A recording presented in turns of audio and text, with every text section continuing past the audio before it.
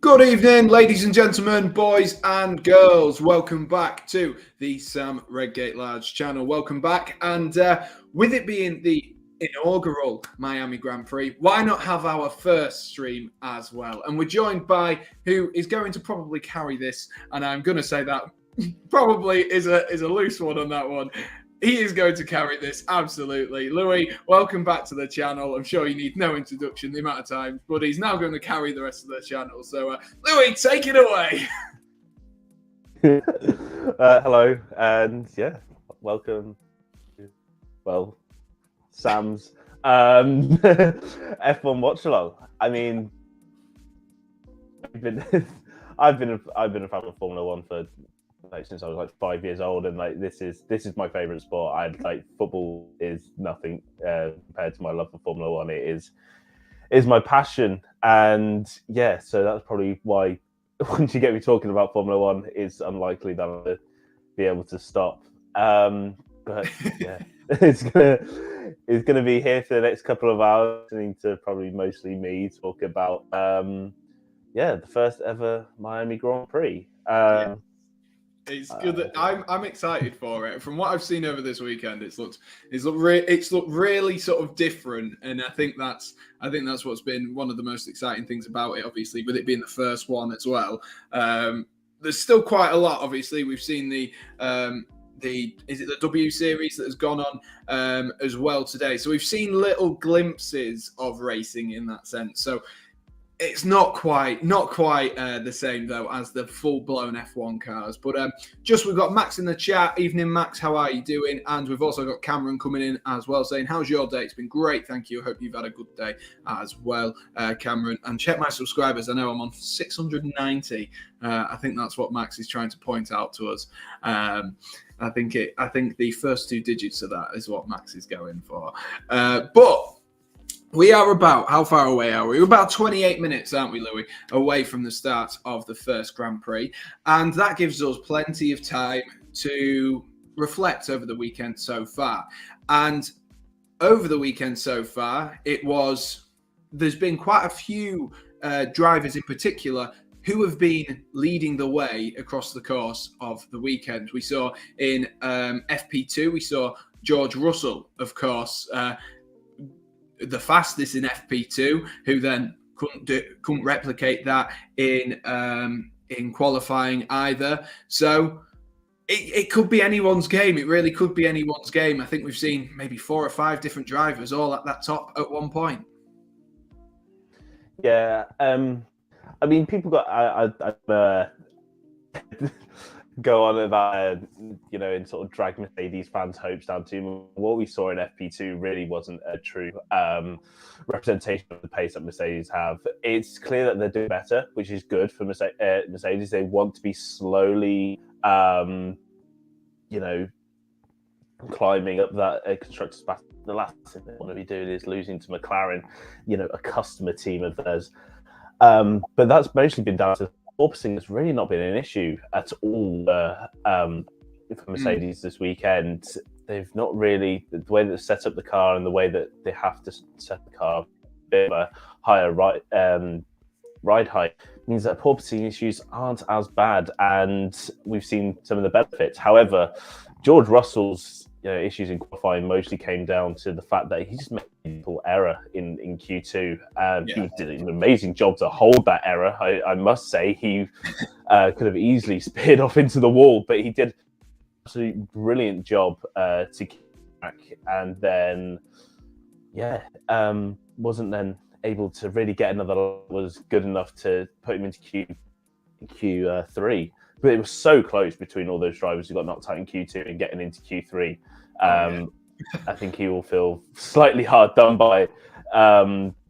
So I expect moves from George Russell in this race, but we don't know how actually easy it's going to be to overtake. The W Series hasn't provided all that much overtaking, which has made people slightly worried about what could be in Did you see the final corner?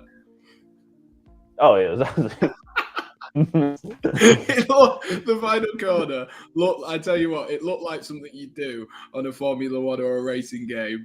It was literally, it was so funny, so fun. If you're gonna have to go, you're gonna have to go watch it. If you've not seen the W Series race from Miami today, there was some great driving in there. Don't get me wrong, but it was just the final corner. The final corner was just an epitome of what it would look like to be if me and Louis were to go racing. I tell you what, because it was just all hell for leather.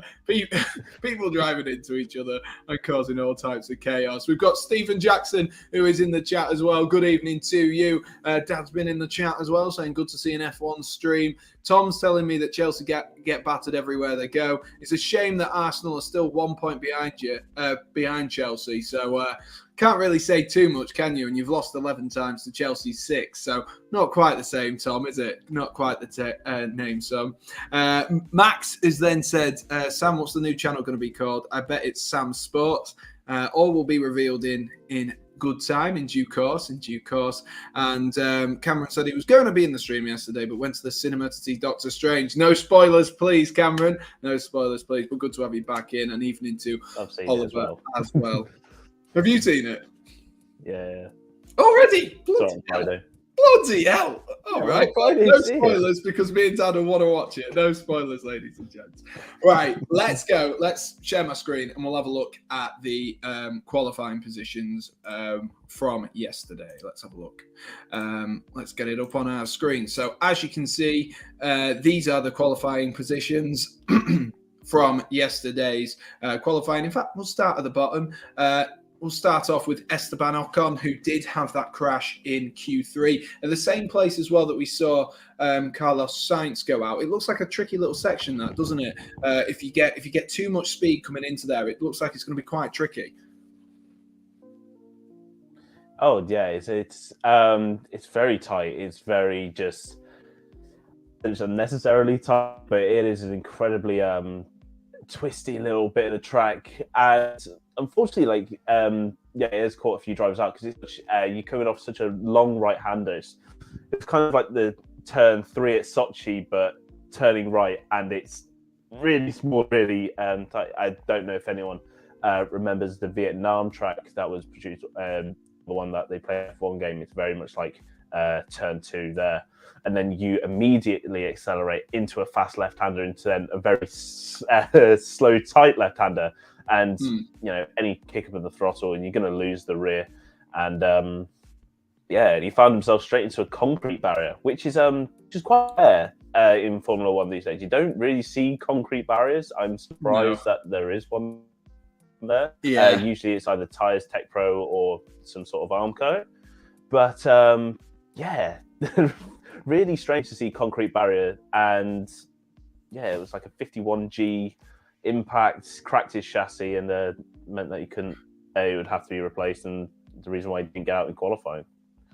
Yeah, and it's even more annoying for Alpine because they've shown quite a lot of pace so far this season, especially, both of them, Esteban Ocon and Fernando Alonso, but especially Fernando Alonso in Australia, who looked like he could have been on at one point for a pole position and then obviously crashed and then had difficulties in the race itself. So it's definitely, I'm sure Esteban Ocon will be able to move himself through that grid. He's experienced enough now to be able to do that. But it's obviously not something that he'll have wanted to have done. There was a little bit of optimism that they might be able to get it sorted, but clearly there was just too much of a tight turnaround for Esteban Ocon, which is a shame because, he's definitely a driver who would have been pushing to try. And if you look at how close it has been between the people going into Q2 and Q3, he will have definitely been one of those people who was kicking around by Fernando Alonso to try and get himself into the next qualifying session as well. Moving up from that though, so Esteban Ocon starting dead last today on the grid with Nicholas Latifi of the Williams just starting just slightly in front of him, and then the Williams teammate Alex Albon starting 18th as well, with the Alfa Romeo of Guan Yu Zhou and Kevin Magnussen. So that is the people who went out in Q1. K-Mag, of course, is the big one to talk about there. He'll be a little bit disappointed. But when you look at where the other Haas is, really, in Mick Schumacher, who at one point did show a lot of pace, actually, in qualifying and in practice. But, in terms of, being outranked by your other opponent, or your teammate, should I say, the Alfa Romeo sat down in 17th. Is that credit Valtteri Bottas, or is that more of a true reflection of where the car is? No, not at all, actually. I think the Alfa Romeo is incredibly quick this weekend. What happened with Guan Yu Zhou is that he was fast lap, his second run in Q1. And ironically, the fact that we're racing in a car park met a giant car park, I think it was a cluster of six cars all waiting at the final corner the second to last corner to start their laps. Literally nowhere for him to go, so he had to completely abandon his lap, and this was with like 10 seconds of the session left to go, so he was never going to get out and set another time. So it was actually really unfortunate, because I think he would have been able to easily improve on that time, and it would have got him out of Q1. And he was very unfortunate. I actually kind of feel bad for Guan Yu Zhou, because he doesn't deserve to be down in 17th. He's been doing a brilliant job. I think certainly rated driver this year. I think Guan Yu Zhou has been doing a brilliant job at Alfa Romeo. And I think there is real pace in that Alfa Romeo this weekend, as judged by Valtteri Bottas. But all credit to the Finn as well. He did an amazing job to put that car in fifth. I'm not Bottas's performance at all. It truly was a stonking lap. Yeah, absolutely. We'll get on to Bottas in a little bit as well. K-Mag had a good weekend in Imola, finds himself down in 16th place. Like I say, though, maybe the Haas hasn't quite shown the pace that it did last weekend, and obviously conditions changing last weekend, and the sprint race, all of that culminated in the fact that Kevin Magnussen actually finished really high up and did really well. Obviously started his highest ever position on the grid, and Haas is at highest ever position. Maybe back down to reality just a little bit this weekend with a 16th, but I think he'll be annoyed that he's not beating his teammate. But for Mick Schumacher, who I think one of the big criticisms has been that he hasn't been able to beat Kevin Magnussen, or he hasn't been as competitive with Kevin Magnussen so far this season, considering K-Mag did take that year or so out. So he'll be happy that he sits in 15th and able to make it into Q2. It did look like at one point, like I say, though, we were going to see him in Q3 for the first time. But we're going to have to wait a little bit longer there for Mick Schumacher to get himself into Q3. Let's go up then and round off the rest of Q2 and the rest of the grid as we work our way up. Daniel Ricciardo, the first of the McLarens, is sat in 14th place. And I'm a big fan of Danny Rick, but I hate to say it, he's being out-qualified a lot now by Lando, and it's becoming a very regular occurrence. And, obviously he's getting older now. He is an older driver. What are we expecting from Danny Rick? Are people expecting him to maybe say call time at the end of the season, or do you think he's going to keep on fighting?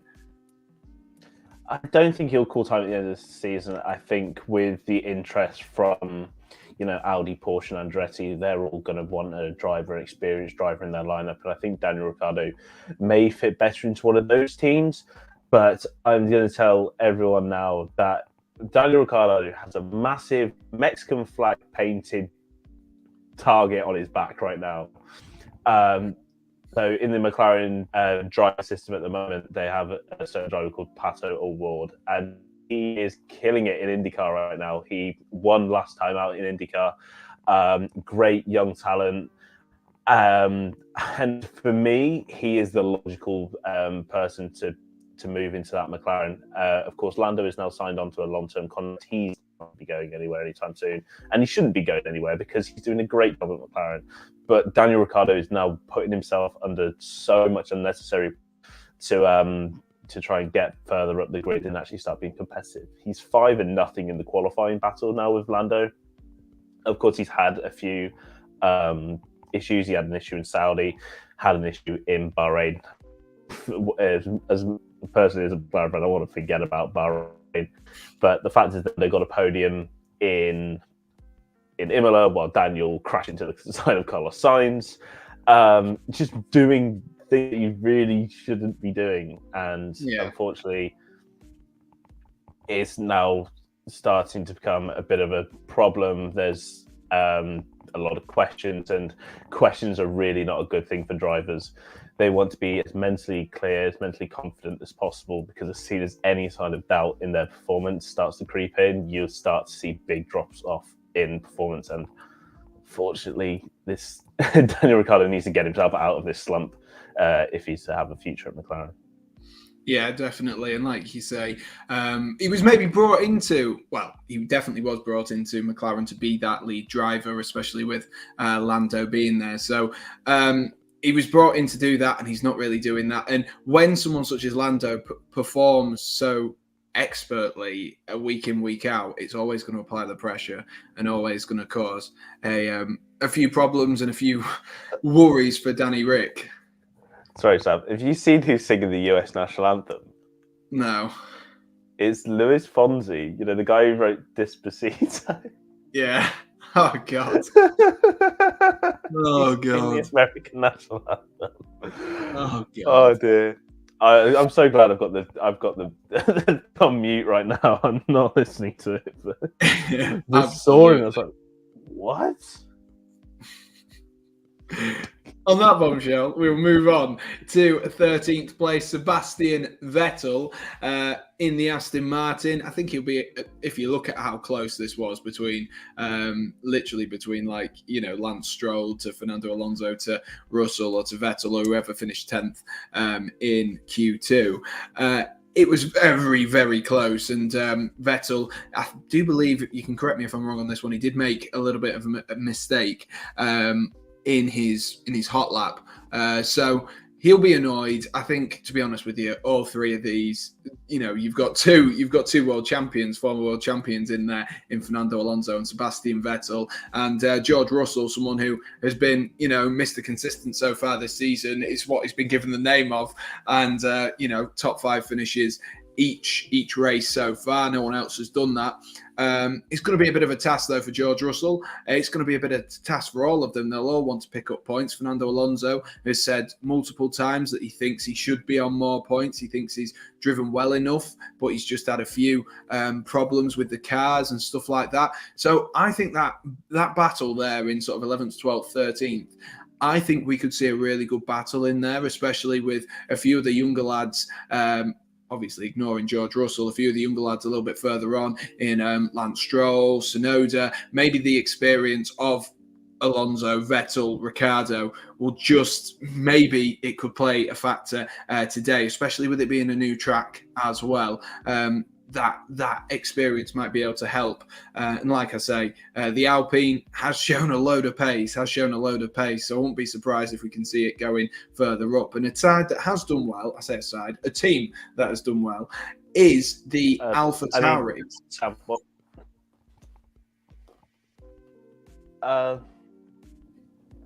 I mean, you just talked about that. You've just talked about Vettel and Stroll, but I completely forgot to say that they are actually going to be starting from the pit lane.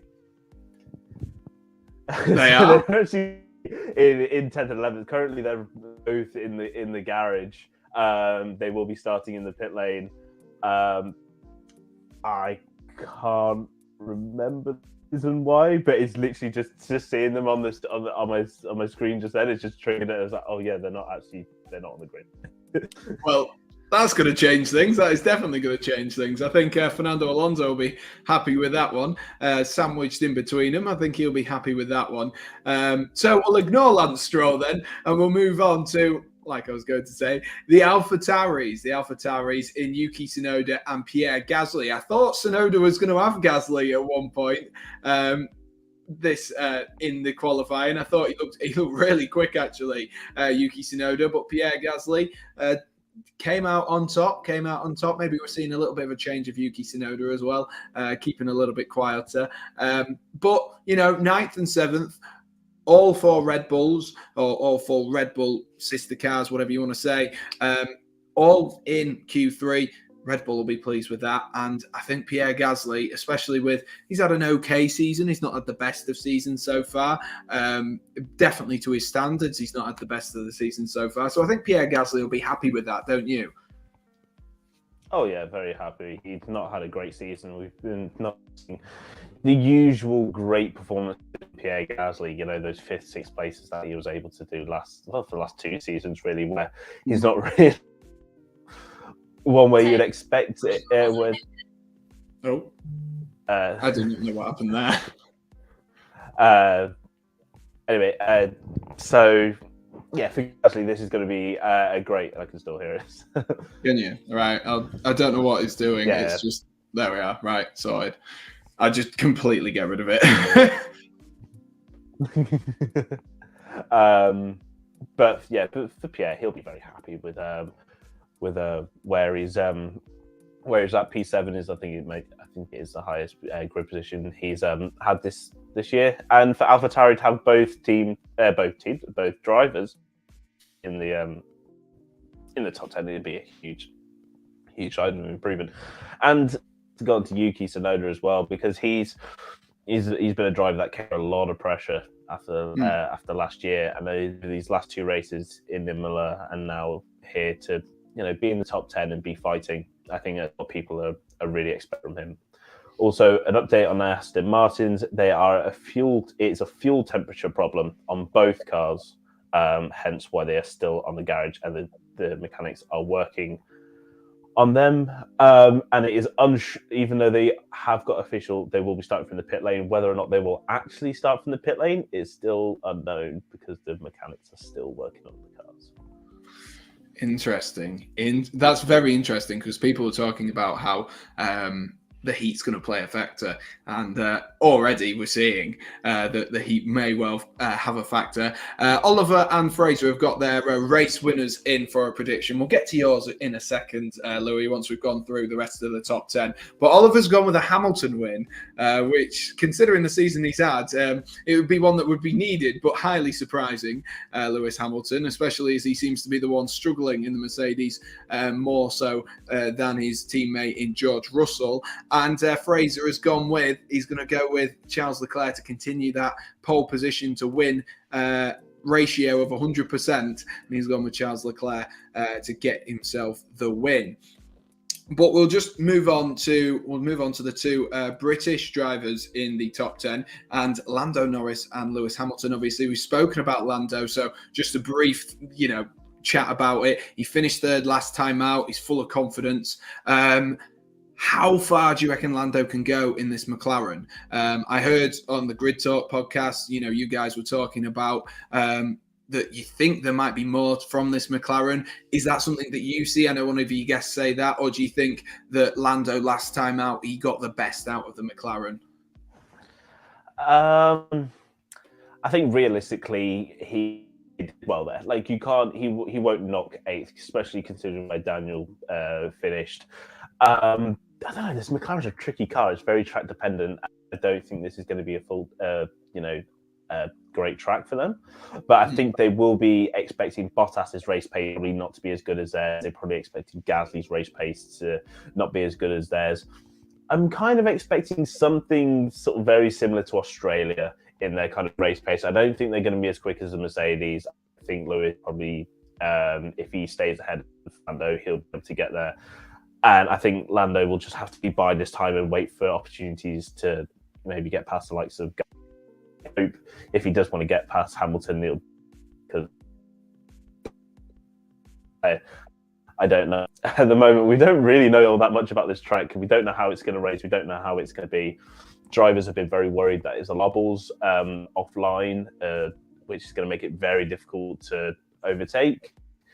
But given how close the walls are, given that this is a street track, you're going to hope that there's going to be some sort of safety cars or something to spice the race up. And let's just hope McLaren and Lando will be hoping that McLaren get work best with what is thrown at them and make up positions that way.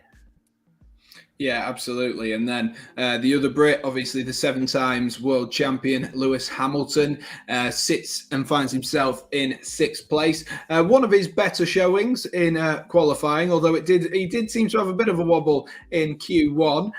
He looked like he might not go through at one point during that, but, he managed to pluck up the courage to get himself around the track and found himself in Q3, which will be a welcome reward for him.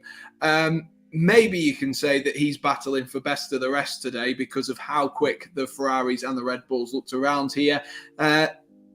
Is that a fair judgment, or do you think Lewis Hamilton's going to be able to push, particularly Sergio Perez and Carlos Sainz, the two who, haven't won the races yet so far? Do you reckon Hamilton will be in that battle? I mean, as well as Bottas, obviously, he is sat currently in front of him, but do you reckon he'll be in that battle?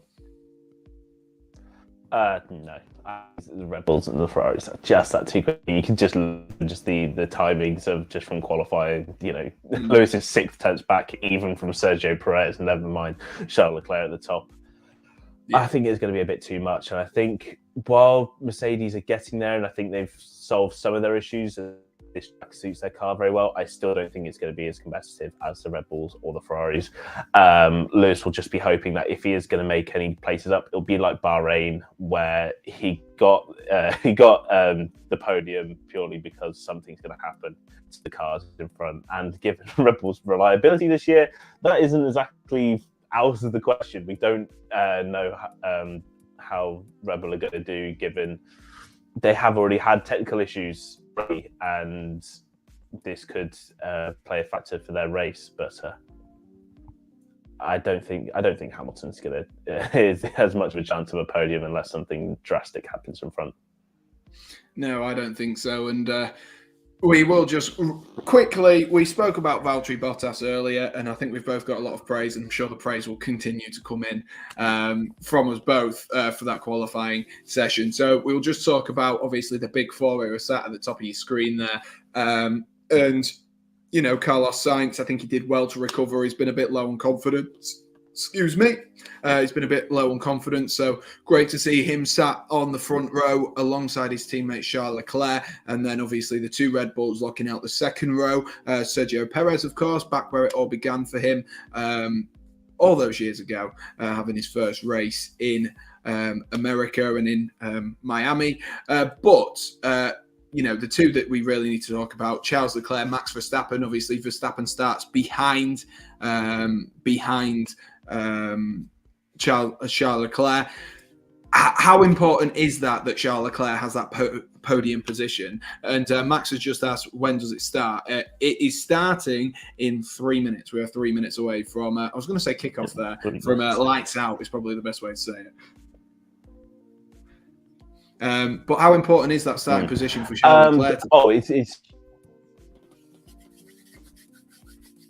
It's huge, especially for a track that any street circuit. It's always beneficial to be on pole. It's kind of a cliche in Formula One that any street circuit that we go to, the kind of race is decided on Saturday. Saturday is the most important. And in the case of Charles Leclerc, he's definitely going to be happy that he's taken pole, and he's going to be definitely issue that prevents him from pole himself. The pace in the Red Bull is to do it, and I think as long as Leclerc can just manage the race from the front, I don't think it's going to be all that many opportunities to overtake. And I think this is going to be crucial that Charles Leclerc just manages, does a good job. And I think he will. I think he'll be very frustrated that he made the mistake in Imola last week, working very hard not to do that again. Yeah, absolutely. Right. Louis, whilst you give your predictions, I'm going to go grab some headphones so I have something to listen to on the way through. But give us your top 3 prediction for today. If you had to pick a top 3, do you reckon it'll stay the same, or do you reckon it's going to change? I've had the luxury of having to do this already this week. You can check out on the podcast, the F1 Grow Top. Small plug there. While Sam's away, but my original prediction that I made out of the week was Red Bull 1-2 of Max Perez and then Leclerc. I will kick myself if injured, so I'm going to go Max Verstappen to win, Sergio Perez and Charles Leclerc in third. I don't know how it's going to happen. I don't know what will happen with this race, but if there's safety cars, if there's red flags, anything can happen. Tyre strategies are very up in the air. I know there's already a few drivers starting on the hard compound. I believe both. I think it's both Aston Martins. Esteban Ocon is also starting on the hard compound tyre. And I think everyone else is starting on the medium tyre. So who knows? Perez is a master of tyre wear, so he may be able to do a good job here. We'll see. Yeah, only time will tell. Only time will tell. I'm just getting my headphones set up here because I don't quite know what's going on. But even though it's plugged in, I can still hear you out of the laptop. But we are a couple of moments away now from the start of the Miami Grand Prix. We are a couple of moments away. And if you guys haven't already, do be sure to get your race predictions in. And as well, let us know who you think is going to be the first person to crash out. No points if it's Latifi. I've already made that one very clear. No points if it's Latifi. But you know, we are a few minutes away now. Let me try get my headphones all set up and sorted. And we'll let Louis take us away as the expert, as the man who is on a podcast, and we'll plug it as much as he likes. I did go away. I just thought I'd do it with you who weren't listening. But for me, we're just getting underway with the formation lap. I don't know where you are with your stream, Sam, but for me, the formation lap is now just getting underway.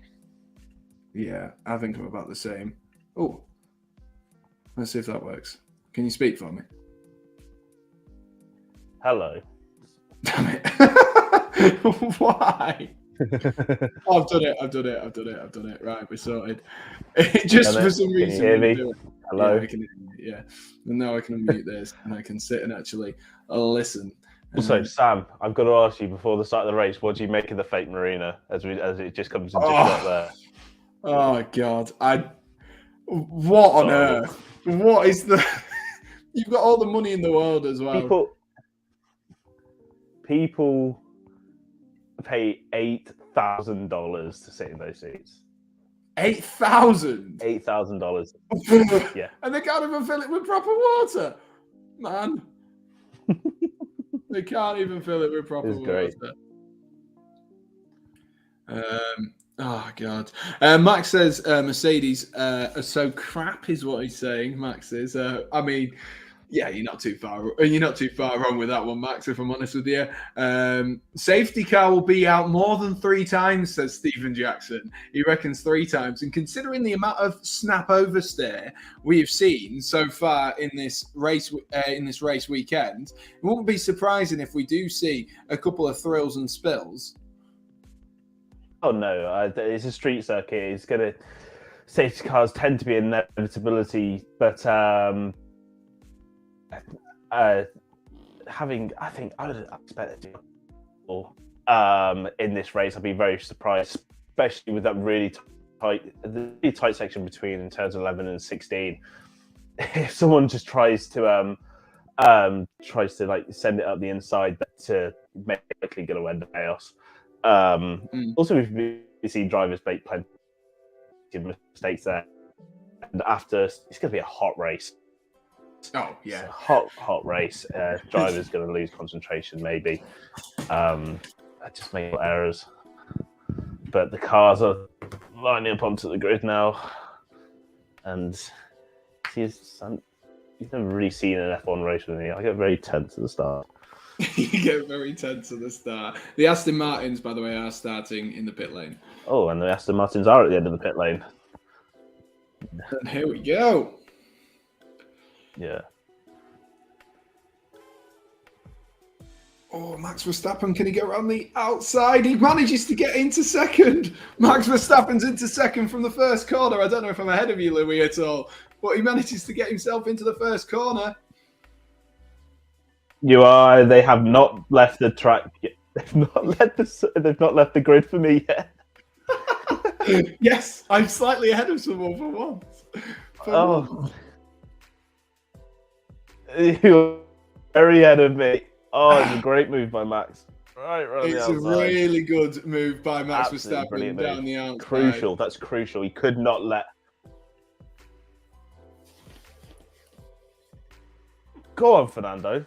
Oh, beautiful. Yeah, Fernando Alonso's had a very good start. That's the irons. Valtteri Bottas has managed to maintain position as well. He looks like he might have taken a position as well. They're going too wide into that corner as we come up to the sharp chicane.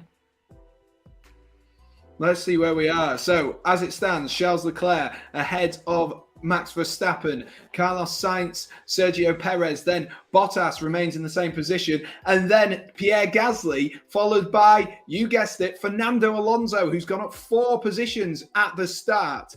Already, Fernando Alonso, Lewis Hamilton in 8th. Lando Norris has dropped a few in 9th. So's the same with Yuki Tsunoda. Danny Ricks got himself up a good few positions into 11th, just outside the points. The 2 Hasses are then in 12th and 13th. Guan Yu Zhou is in 14th as we see a few more moves, one from George Russell trying to go round. And Alex Albon and Ocon's got himself up to 17th as well. George Russell down in 15th. And both Aston Martins down in 20th and 19th. Not the start they'll have been wanting, especially having had the problems. They'll have been wanting to try and get themselves up and in business and running as quickly as possible as we go into lap 2. Yeah, I mean it's a hell of a first lap. Some real big gainers. I was really shocked to see Fernando Alonso just be alongside Lewis Hamilton. Yeah, George Russell not had a great start. Daniel Ricciardo, crucially, a very, very good start from him. Pierre Gasly will also be very happy with that. But yeah, wow.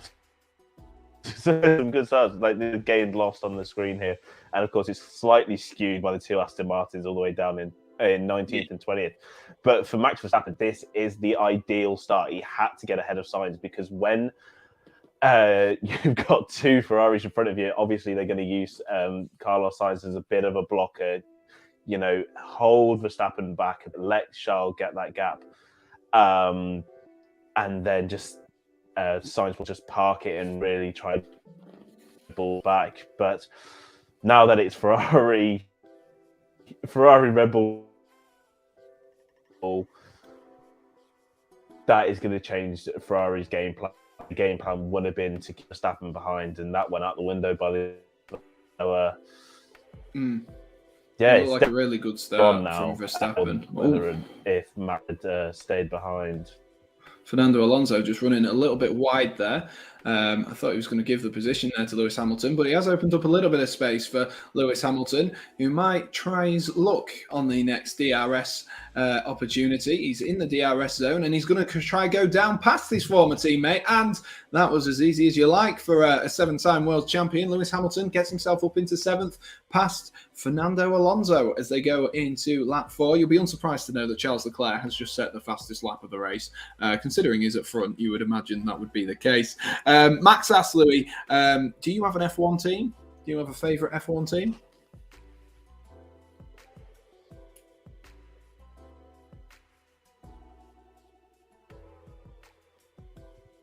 Oh, we can't hear you for some reason, Louis. McLaren. Oh, there we are. It has changed again. When I started getting into Formula 1 in 2005. Can you hear me now? Yeah, we got you back. I think you're just out of sync. Your mouth is out of sync with the sound, which is a problem.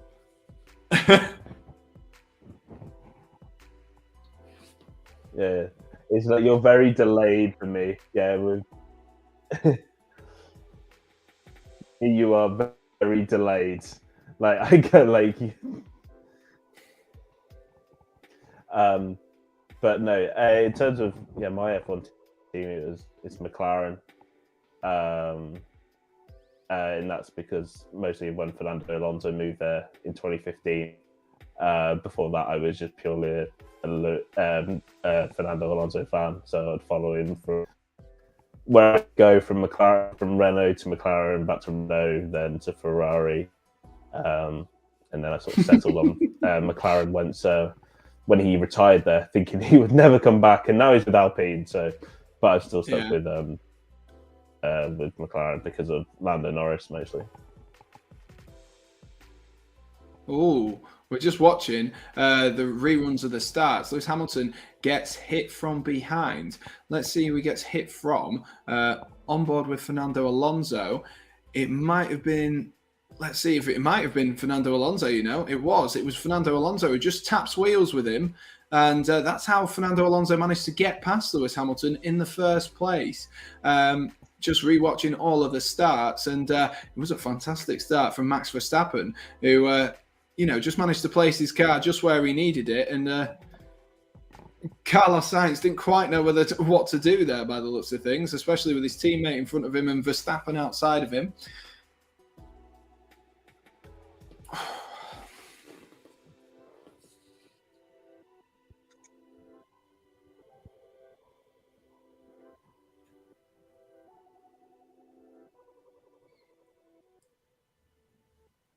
Yeah, it was a tight little battle going on there, but yeah, it's like I'll say for this Miami track that unlike most street circuits where the first couple of corners can be like unnecessarily tight and slow, it's nice to have such a sort of kind of like fast section straight away, just to allow the cars to maybe spread out a little bit more. Let's say like a Monaco where you just go from slow corner to slow corner, or even Singapore where the first 4 corners are all pretty much racing a bit, and prevents absolute chaos. And you can see it because they're so heavy, a bit clumsy at the start of races, and you don't really want, because that just causes calamity.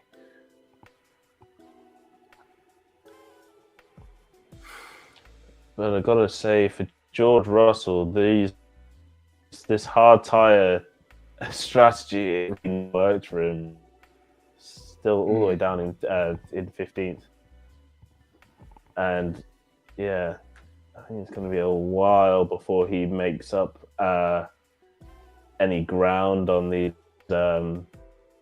medium runners. Really, whether he starts to take effect. Mm-hmm. Lewis Hamilton just goes past Pierre Gasly, so he retains his 6th spot. And for Bottas and Hamilton now, back as you were right at the beginning. Mick Schumacher moves himself past Yuki Tsunoda as well to put himself in 10th place. It's all just sort of heating up. I think Lewis Hamilton is moaning about a little bit of damage to the car. I think I did hear that across the radio a few moments ago. Evening to Lewis, or afternoon to Lewis, or whatever you want to say, who's just joined us. Evening to you. Hope you're doing well, mate. And of course, Erin has just popped by as well. And hello to you as well. But it's looking quite, I'm quite surprised. It's looking quite competitive, as Danny Ricks just dropped all the way down to 14th there. Danny Ricciardo. I'm sure we'll have to see what's going on there. But the Haas looking really, really competitive in these opening stages of this race. They've both managed to get themselves up into like 10th and 11th now, the two Haases.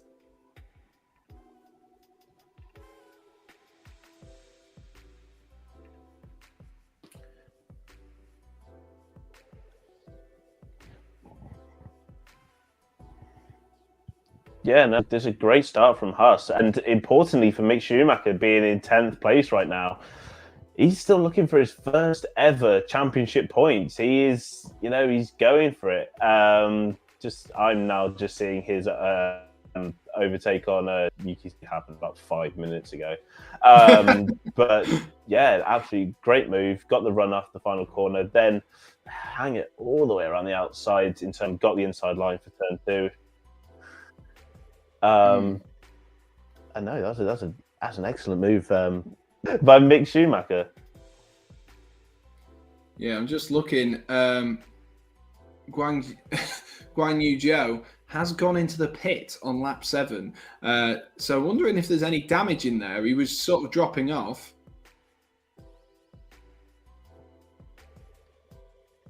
They're going to have I to don't know. stop. Or maybe he just. Yeah, it could just be purely be that these mediums just aren't working, and maybe they're just, they've strapped on these medium tires for, 7 laps, and then maybe looking to go as long as possible. On the hard, actually, team radio. He's been reversed in. Yeah, he's been reversed in. Guan Yu Zhou. Oliver says, hashtag get. I just listened to his team.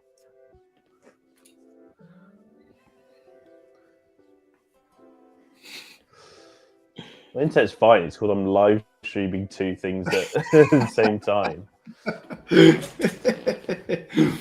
I am intrigued to know if it, like, for them, if it's just me or if it's you. Who knows? Who knows? Oh, that's interesting. That is interesting. A radio with Max Verstappen. Apparently, there's some damage to Charles Leclerc's front right wheel, which will be, music in the ears to Max Verstappen, but will be a slight concern for the Ferrari team as we go into lap 8. The gap not really closing, though, between the two of them.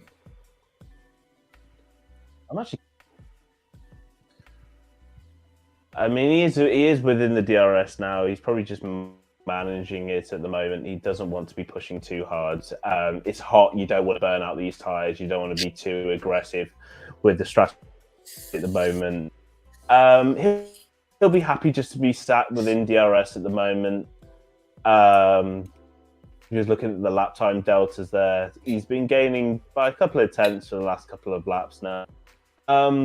Yeah, but he'll be happy with this distance. You can race last year or the year before. Max would probably be sitting maybe 2.5 seconds back at this point, just to get out a lot of that dirty air. But with these new cars, he can sit comfortably within a second, be too affected by that dirty air. So I think he'll be. Oh, here we go. Very happy. Here we go. Max Verstappen into the first corner, goes past. A bit closer now. Max Verstappen has taken the lead of the Grand Prix. A lovely overtake on the first corner.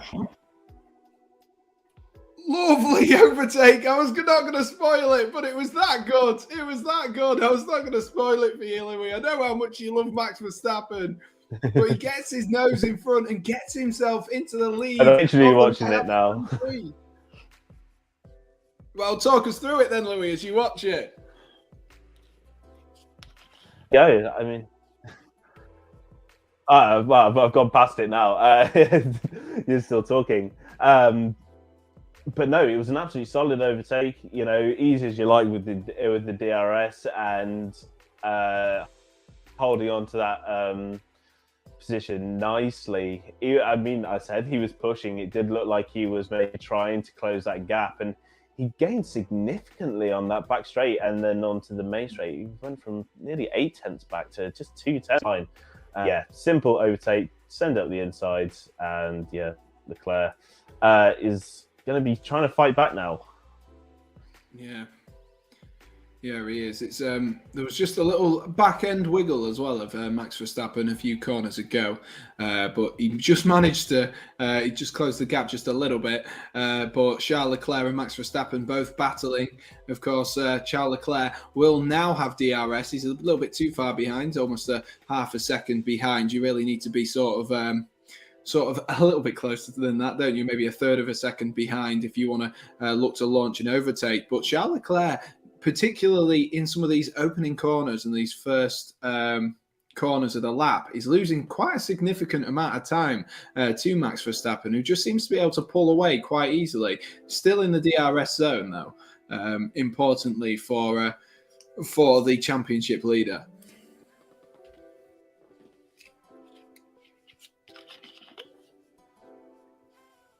Yeah, I think that mostly comes down to the fact that the Red Bull, through the high speeds in this track, has a lot better.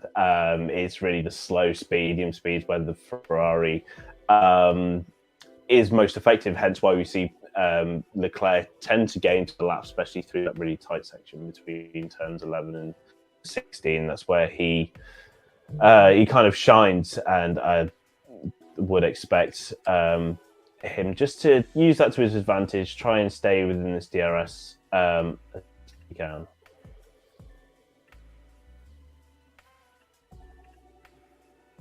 Haha, I forgot about this.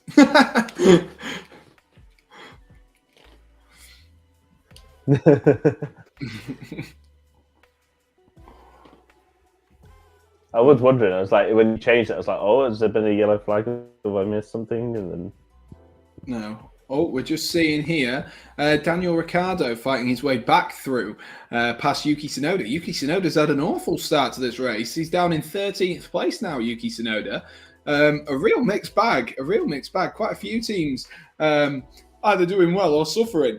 And it looks like at the bottom of the leaderboard, and I'm sure Louis can correct me if I'm wrong, but it kind of looks like the two Aston Martins are about 3 seconds behind Latifi, who is 4 seconds then behind the Alpine of Ocon. But it looks like maybe we could be seeing the Aston Martins trying to use each other for a little bit of DRS to try and move themselves a bit closer to Latifi. But that being said, they're losing so much time to even Nicholas Latifi. And don't get me wrong, he's a good driver, but he's not anything fantastic. I mean, that Aston Martin is far from fantastic. I was pretty shocked at their performance. Yes, but yeah, Martin, especially, they may still be managed issue. Of course, it's a fuel temperature issue, so I don't think they'll want their engine to get too hot, because then that's just going to cause more fuel to get hotter, and then potentially you will see a big bang in the back of that Aston Martin, which is the last thing they'll want. Yeah, definitely. Oliver says thoughts on Chelsea yesterday. I don't want to talk about Chelsea anymore. I don't want to talk about them. Did I just miss Carlos Sainz? I think you will have just seen it. Carlos Sainz, did he just overtake Sergio Perez? Did I just miss that? Or was he already ahead of him? I can't even remember. It's already... Perez has not moved. Perez started fourth. He is fourth. Fair enough. Here comes some of the pits then. So, Yuki Tsunoda, the first one, other than obviously Zhou Guanyu, to come into the pits. Yuki Tsunoda, the pit window for mediums, they've just put the graphic on the screen, was 12 to 19. So he's pitted very early off those mediums, and he's put on a set of hard tyres, Yuki Tsunoda. So maybe just because of the start he made there and falling down a few positions, maybe he's trying to leapfrog a few people in the pits to get himself back in contention for some points.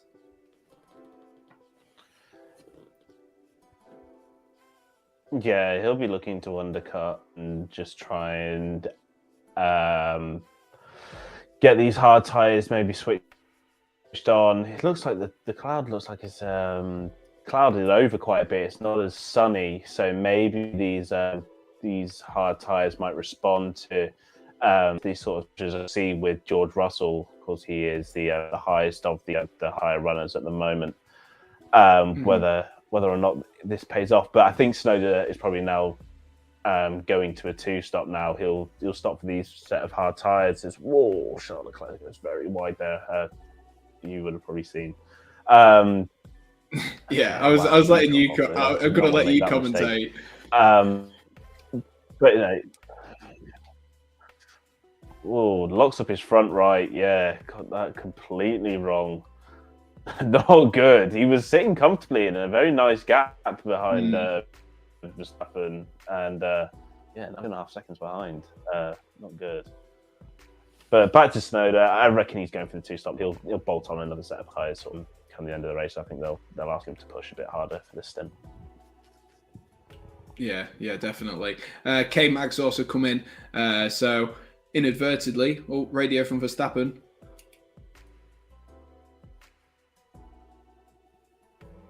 Just talking tyres. Just tyre talk. We're just tyre talk with Max Verstappen there. Nothing too exciting. But the Aston Martins might be playing the long game here on the hard tyres. Might be playing, going for a longer stint on those hard tyres. But in case if anyone is watching and listening, and there is 5 people currently watching on YouTube, if you haven't already, guys, do be sure to smash that like button, hit subscribe, all of that good stuff. And at the moment, it is still Verstappen in the lead from Charles Leclerc to Carlos Sainz to Sergio Perez. Valtteri Bottas and Lewis Hamilton remain in 5th and 6th, with Pierre Gasly. I nearly said Marcus Alonso there. Someone put Marcus Alonso in earlier, and I nearly said it there. You don't want Marcus Alonso driving your car, I'll tell you that now. Fernando Alonso, Lando Norris, Mick Schumacher, and Russell has just overtaken Danny Rick. And that is the top 12 for you. I won't go any further down.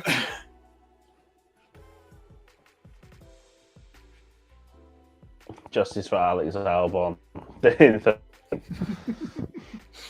He's in 13th. He's doing well. Hey, you got to give it to him. He's in a Williams. He's in 13th.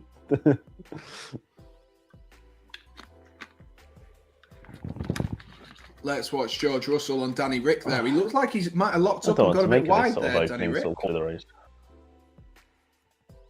He locked up and went a little bit wide there. I'm sure Louis will be able to tell us the technical terms, but as it comes through. I'll have to let you know, because I haven't actually seen. I wasn't actually that far behind you a minute ago, and now I'm very far behind. There you go. Yeah, Ricardo, locked up. And George has been able to absolutely fly by. The DRS detection point is before Russell overtook him, so that would have been a very, very easy overtake. And you get the benefit of DRS down the straight as well.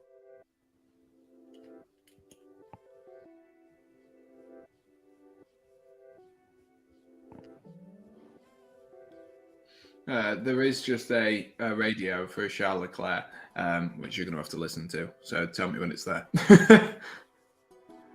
I didn't hear it. Okay. I've got it now.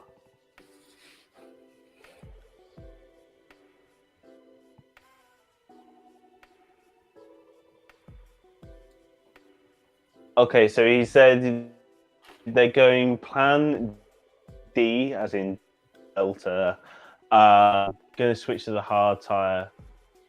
Feeling that Leclerc is going to try and push, unless he pits in like the next maybe 2 or 3 laps when you'd expect them to say something about their tyre strategy. I would expect he's going to start pushing these tyres as long as possible and maybe try to increase it to a 1-stop, given how far he is off Verstappen now. He's still dropping time, so I maybe just try and push his tyres out as long as possible, and then just react to whatever Red Bull do. Maybe even take advantage of a potential safety car if that happens. Well, if Verstappen pits before the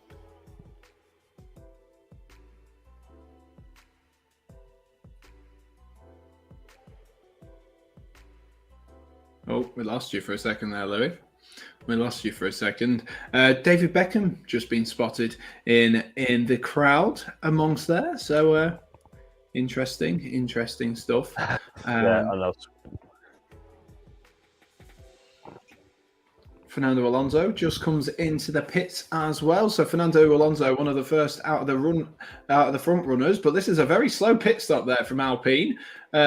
That they won't have been pleased with that. The right rear tyre just wouldn't go on by the looks of things there. So Fernando Alonso has had a bit of a disaster class from that pit, and he might come out behind the Aston Martin of Lance Stroll. He's just kept it, actually. He has just kept it, but he's right at the front of some traffic now, and Lance Stroll is going to be right on his backside as they come up around these long swooping bends. Let's see if Lance Stroll can make the most of it. Of course, Fernando Alonso coming out on fresh tyres, but there will be colder tyres than Lance Stroll's. And we're also paying attention to Sebastian Vettel, who's trying to get his way past Latifi. Let's see if Lance Stroll and Vettel can get themselves up a few places here.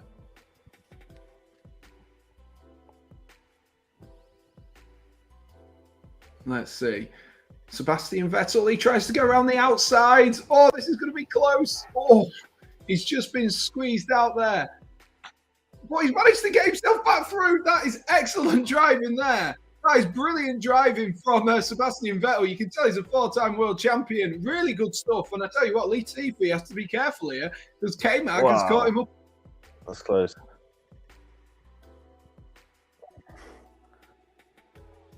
I've now swapped to my phone, so I'm now like only like 5 seconds. You know, I'm not.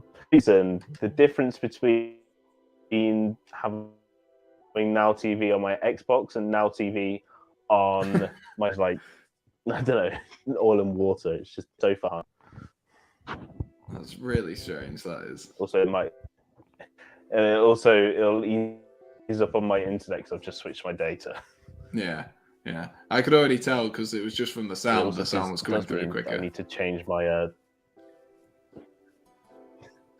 Yeah, I just now need to make some adjustments to my audio so I can. Because it's not coming through my Xbox. So you can hear everything fine. Oliver says, Sam, why is Tony Kroos on the thumbnail? Max Verstappen does not look like Tony Kroos in any way, shape, or form there, Oliver. That is the worst shout I think you've ever had with that. That is just not true. It's just wrong. It's just not true. Are you a big fan, Oliver, of the Formula One? Do you watch much of it, or are you just watching to keep yourself entertained whilst me and Louis try and faff around and sort ourselves out? Generally in life. God, there's a 13-second gap that's opened up between Perez and Bottas. 13 seconds. We spoke about the race pace of the Alpha at the beginning, didn't we? And it clearly isn't quite there. But that being said, Hamilton 3 seconds behind him and 10 seconds back to Lando. And George Russell's managed to work his way through the pits, of course, into 8th place. Danny Rick in 9th and Ocon in 10th. So there's quite a big gap. There's field just starting to spread out just a little bit at the moment.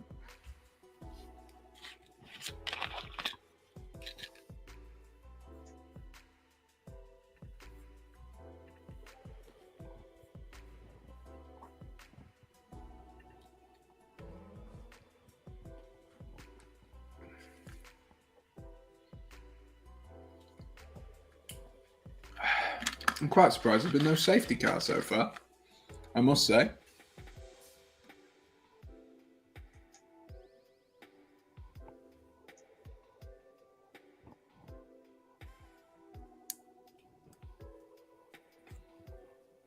Ooh. Interesting. They're just talking, apparently, on the hard tyre, George Russell is now lapping equally as quick, if not quicker, than his teammate, Lewis Hamilton, who is up in 6th place. It might have taken them a little while to get them going, these hard tyres, but they seem to be starting to work. So maybe that's what Ferrari were just noticing just from their data, and that's maybe where that Charles Leclerc, I was going to say voice note there, it's gone from my head what they're actually called. Team radio. Yeah, that's the word. That is the word. Right, I've got you back now. I've switched over so I can hear you. Awesome. Lando Norris in the pits pushes George Russell up to 7th. Oh, David Beck's in the McLaren dugout. Dugout. I know. Oh, Lance Stroll's managed to squeeze past Lando Norris, and Sebastian Vettel might also be able to go, and K-Mag as well. Oh my gosh, they nearly went 3 wide going into that corner then. Oh my gosh, this is excellent racing. Kevin Magnussen alongside Lando Norris, and he's managed to make it stick this time. Oh my God, I panicked then for a second, I tell you what. He's lost out on a few places there, Lando Norris. That is a disaster. Yeah. That's what I was about to say. That will have not been in the plan.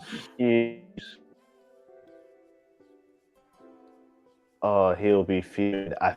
Even if they did maybe an extra lap or two, they may have been able to clear that traffic. That is Oh, that is really not good for McLaren. I imagine Lando is fuming because he's now going to get stuck on this, and any hope of him maybe catching the back of Pierre Gasly is probably not going to look very likely if he gets really held up.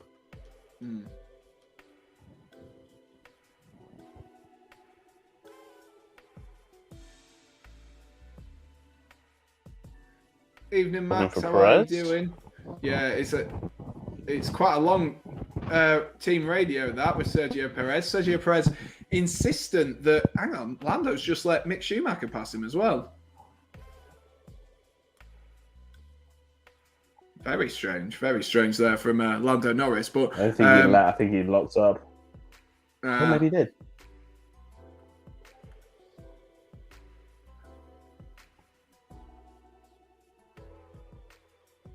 I don't know what happened there with Lando. He looked like he locked up, but yeah, he may have let him past. Here's the replay that I'm on now. Oh, he just goes wide. He literally just goes wide. He goes wide into the second to last corner and can't control it. The team radio with Perez was talking about he thinks he's lost power. And the team trying to tell him that no, you've just lost the toe of Carlos Sainz. She's just out of the toe of Carlos Sainz. Quite interesting, that, isn't it? Yeah.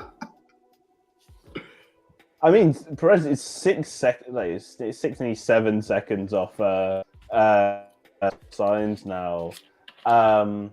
Team radio again.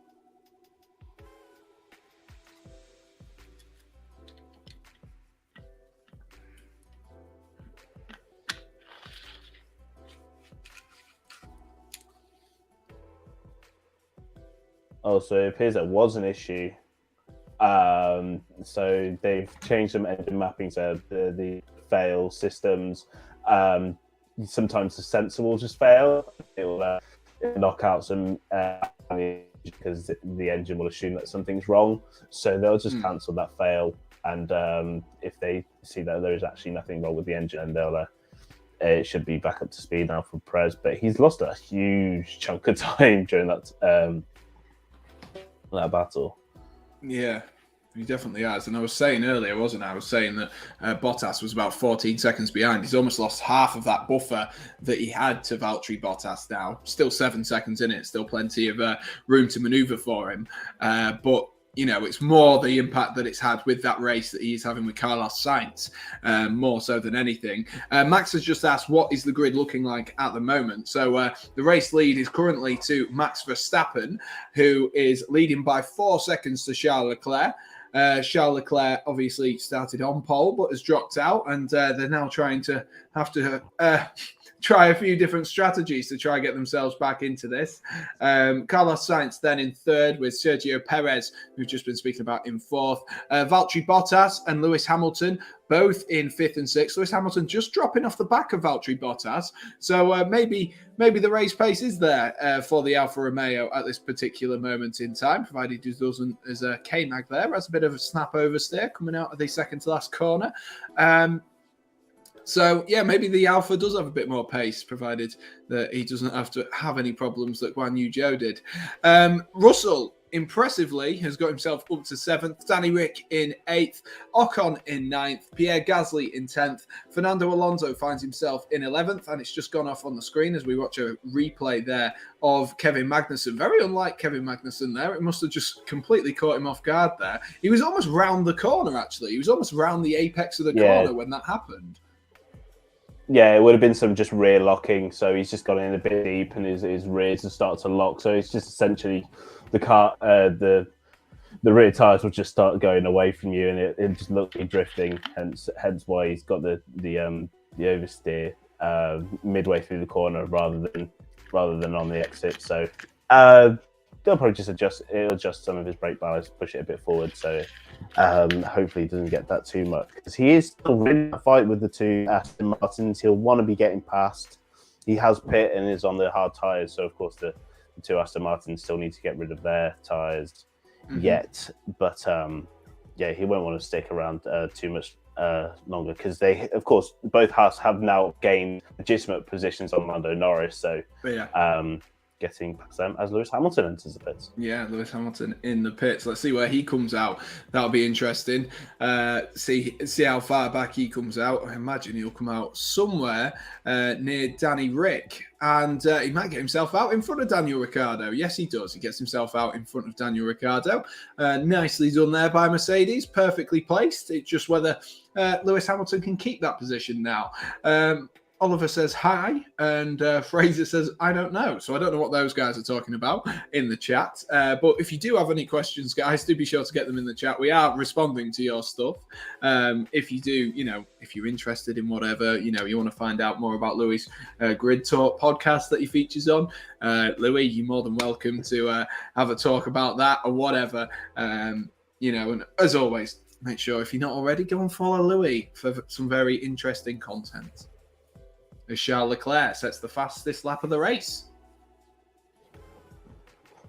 That's interesting. I would not expect that. I thought he was just kind of cruising because, of course, he's kind of lost 2 seconds in this sort of tyre preservation phase. So I would assume that now they're going to be looking to pit very soon. If they're going to get Charles to be pushing, setting fastest laps, they want to close that gap to Max and then potentially try and undercut. It'd be interesting to see what Red Bull do. They may themselves pit earlier. I don't know. It's a game of cat and mouse. Pit stops are always a weird area of Formula One. Is like because Max could pit now, come out ahead of Charles, but if there's a safety car, he then loses that position because Charles will get a cheap pit stop, or he can wait till Charles pits, but know that Leclerc will be closer next time round because of the undercut. So be interesting to see what they do. We're almost at half race distance, which I'm surprised that the mediums have made it this far. Yeah. My stream's just cut out. There's a team radio from Charles Leclerc, which you might want to pay close attention to, Louis, from what I can see of it.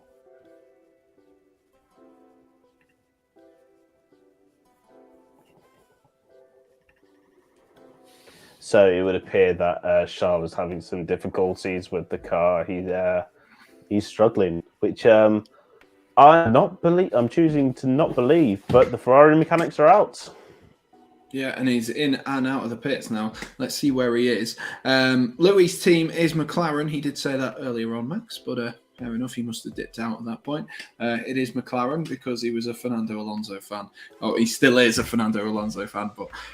Let's see where Charles Leclerc has come out. He's come out only 2 seconds ahead of Valtteri Bottas, actually. So he just needs to be a little bit wary that Valtteri Bottas might be able to close a little bit of a gap on him there. But having already pitted, he won't be too bothered. He might, to be fair, just let Valtteri Bottas pass him. As a result of that. But he is about a second or so behind, so it doesn't look like Charles Leclerc is going to have too much of a problem. I'm sure Valtteri Bottas will want to try and get himself into the DRS zone. He's having a good race, though, isn't he, Valtteri Bottas? I'll tell you what, we spoke about qualifying, him setting himself up nicely in qualifying, and, the race paces look good so far. You can't really moan.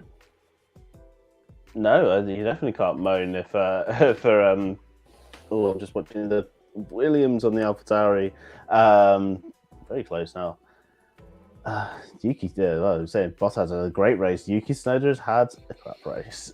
And he's under attack from Nicholas Latifi, of all people. So, wow. That's just poor Yuki. Come on. You're better than this. He's opened up a second now, though, Louis. He's opened up a second. I don't know quite how he's done that. It's good for him, but he still shouldn't be 18th. Bottas he's had a solid race. He's done exactly what he needed to, and as I said, there is pace in that Alfa Romeo. Unfortunately, we've not got to see how Guan Yu Zhou would have dealt with it, but because he's the only retirement so far, and we're almost halfway through this race, and he's the only retirement so far. I'm quite impressed, actually. I'm quite impressed at that, especially the amount of sort of spins and small, things that were going on. Clearly, the practice has definitely done them some good. There's quite a big DRS train coming along here from Fernando Alonso to Stroll, Vettel, Magnussen. They're all quite close to each other. Max Verstappen's not. I mean, we are talking. I just noticed, I did forget that Hamilton has pits, so I think it may be in Bottas's best interest to probably pit soon, because I imagine Lewis is. I mean, he had quite a hefty gap anyway to Lewis, but is that gap is going to be closing every single lap, and as Verstappen is going to be coming in at the end of this lap. Yeah, Verstappen is in the pits now. Now, this is important. Let's see where he comes out and also where Carlos Sainz is in relation to him, because Carlos Sainz might be able to do his teammate a favour. Carlos Sainz is ahead, but it's Sergio Perez who will come out just behind him. So Verstappen now has at least Sergio Perez in between him and Leclerc, but Carlos Sainz could play a important role here. We saw it last season, how important a teammate can be when Lewis Hamilton was trying to battle Sergio Perez as Max Verstappen looked to catch up in that final race of the season. So Carlos Sainz definitely has a role to do here, but he's 7 seconds up the road, Carlos Sainz, so he's probably a little bit too far away, as Bottas is also in the pits as well.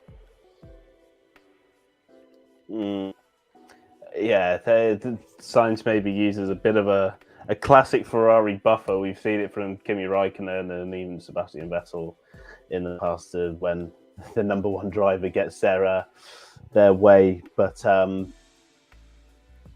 yeah, George Russell's just got past Valtteri Bottas, I've just noticed, which made me think that Bottas really does need to. Oh no, he's pitted. Sorry, I'm an idiot. Anyway. Yeah, I think Sainz. I mean, this gap. Verstappen has that buffer with Perez if Leclerc does try to attack.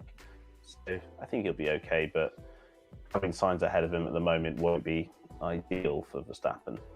Sainz comes in on lap 28, and Max asking how many laps we're on. We're on 28, and there is 57. Fraser says, Sam ignoring us. You're just putting high. All you're putting is high. What do you expect? I'm not going to respond high every time to you. That's not going to happen. But in goes Sainz, and Leclerc then will be about 7 seconds behind as Perez also comes in the pit as well.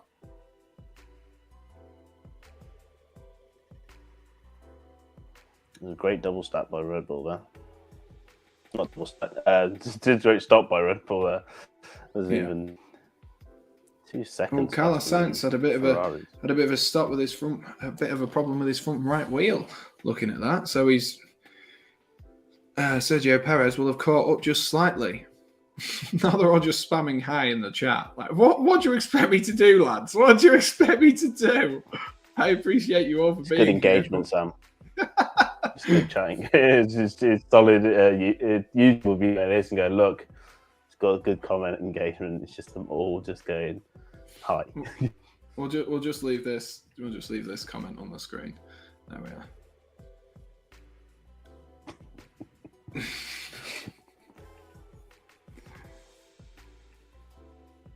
I tell you what, Charles Leclerc needs a safety car. He needs something. He certainly needs something, because the gap is now 7.6, over 7.6 seconds now, and Verstappen is very much in control of this race. He's going to need a big engine bang from Verstappen. He's going to need Latifi to hit the wall. He's going to need something, but even then, how much of an impact is he going to have? Because let's face it, Max is now back on the same strategy. He's got slightly fresher tyres. Even though Leclerc is setting fastest laps, Max will be very happy with his pace at the moment. He won't be too worried that Leclerc behind is setting faster lap times. Yeah. Needs something. Needs something. Yeah, definitely does. Definitely does. Danny Rick, the only person still on the medium tyres, as the hard tyres look like to be the chosen tyre at the moment. And Lewis Hamilton, team radio saying tyres are already overheating. Interesting. I mean, that's just Lewis Hamilton, though, is it? Lewis has never had a good relationship with his tyres. Yeah, it's starting to brighten up, though, and I imagine the track temperature is probably starting to get a bit hotter. But just what Christian Horner has to. Your favourite person, Christian Horner. Here? Yeah, who are we're from Leamington Spa. I'm not joking. He was born in Leamington. Got that connection. Oh God. He went to the same school as where one of my mates went to school as well. Well, Hamilton was just locking up there.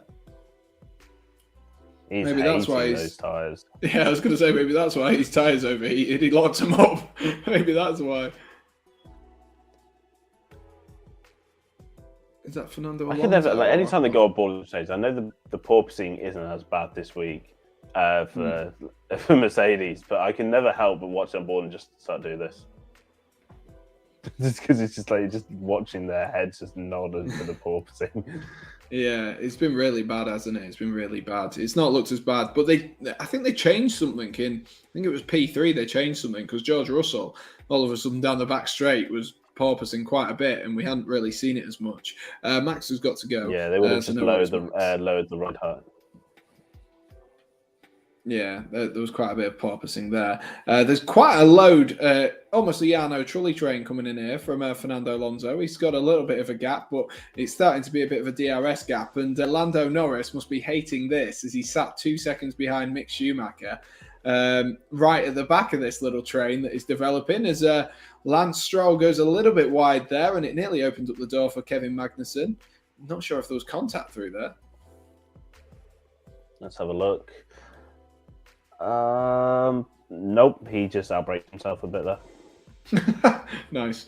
I was just going to say, Max says this is the first ever Miami Grand Prix. It most certainly is. The first one of the new era. There was one in the 60s, which was won by... my stream has just dipped out at the most important moment there for Kevin Magnussen. So you're going to have to tell me. Well, I can commentate on this. I'll let you know what happens, Sam.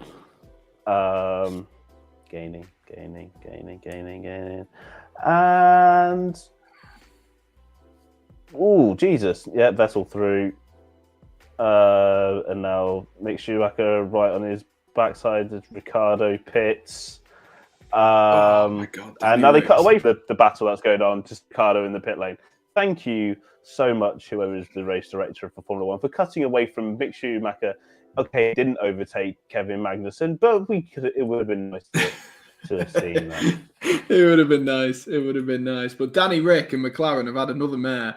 Danny Rick is now out behind Alex Albon. They've had another mare with these pit stops. It's not been a good weekend so far for McLaren. I don't know how you watch cars drive around 57 times. It's not quite like that. There's a bit more to it. There is a bit more to it, Oliver. I'll give you it, though. I'll give you it. But there is a little bit more to it. And the fast pace that they're moving at and some of these sort of tight chicanes, especially in Sector 2, causing quite a few problems. And Sebastian Vettel just in between Lando and Mick Schumacher here. He might have another opportunity to try and sneak his way through Sebastian Vettel. He's actually just lost those two positions. He was ahead of both of the Haas's, so he must have made some sort of error, and that's what's brought him back behind. I mean, Lando will be probably thankful that he could see someone. Yeah. Yeah, he has closed the gap though. He was about 2 seconds behind the rest of this train when it was Lance Stroll. So he'll be quite pleased with that. If he can get himself through here, there's quite a few people that he can sort of see in front of him, which is good. So then he can at least see 12th place, and it doesn't quite feel as demoralising for poor Orlando. No, it's been such a disappointing race for Lando. It's actually just been quite gutting, considering because he got the podium in Imola and now he's trudging around in 15th. Okay, granted, the 2 Aston Martins still to pit ahead of him, but when's that put him 13th? And that's really not good. So if anything, once these 2 Aston Martins get out of the way, he needs to be making sure he's getting past these 2 Haas as fast as possible. But unfortunately, I just don't think the pace is there. It's very, very strange. And Lance Stroll's just pulled away from that group as well at the front. So Lance Stroll has wandered away from that DRS train. So Kevin Magnussen won't be getting that from him anymore. When people crash, why do they call it retire? Because it's like the end of the race. So like if you retire from football, you don't feature anymore. That's why you call it retire, because you're not gonna play anymore. You're not gonna race anymore.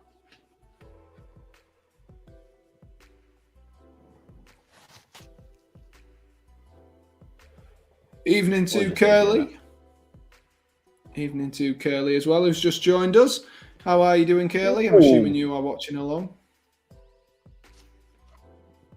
What have you just seen, Louis George? Well, I just saw Vettel just drive into the back of Mick Schumacher there through the second to last corner.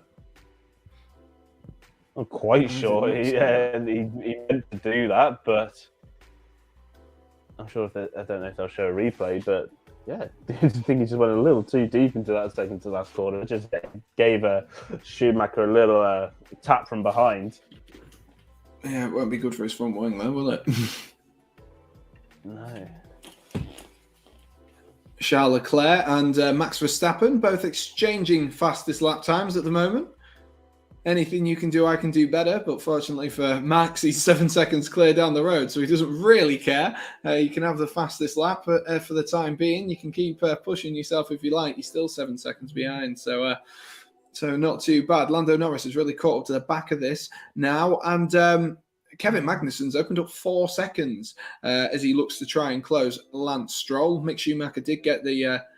sorry, he's not opened up 4 seconds. He's 4 seconds off Lance Stroll. Yeah. I completely read that wrong. He's 4 seconds off Lance Stroll, and he's looking to... They got the team radio to say that to Mick Schumacher that they're going to try and close Lance Stroll now, who had gained about two and a bit seconds, but he's now just being sucked back into this DRS train once again. Lando needs to start making some moves if he can get himself in range of Sebastian Vettel. He just doesn't look quick enough at the minute, though, does he, Lando?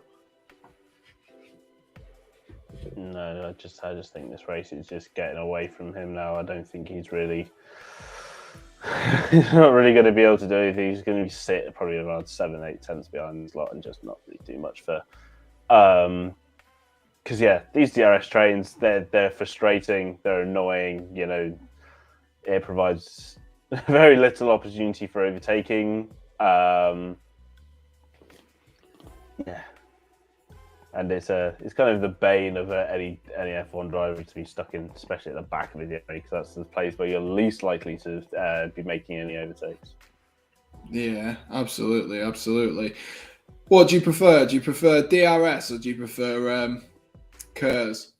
What would you prefer to have? Because KERS was 7 seconds of a boost that you could get to use, and it was a bit more tactical.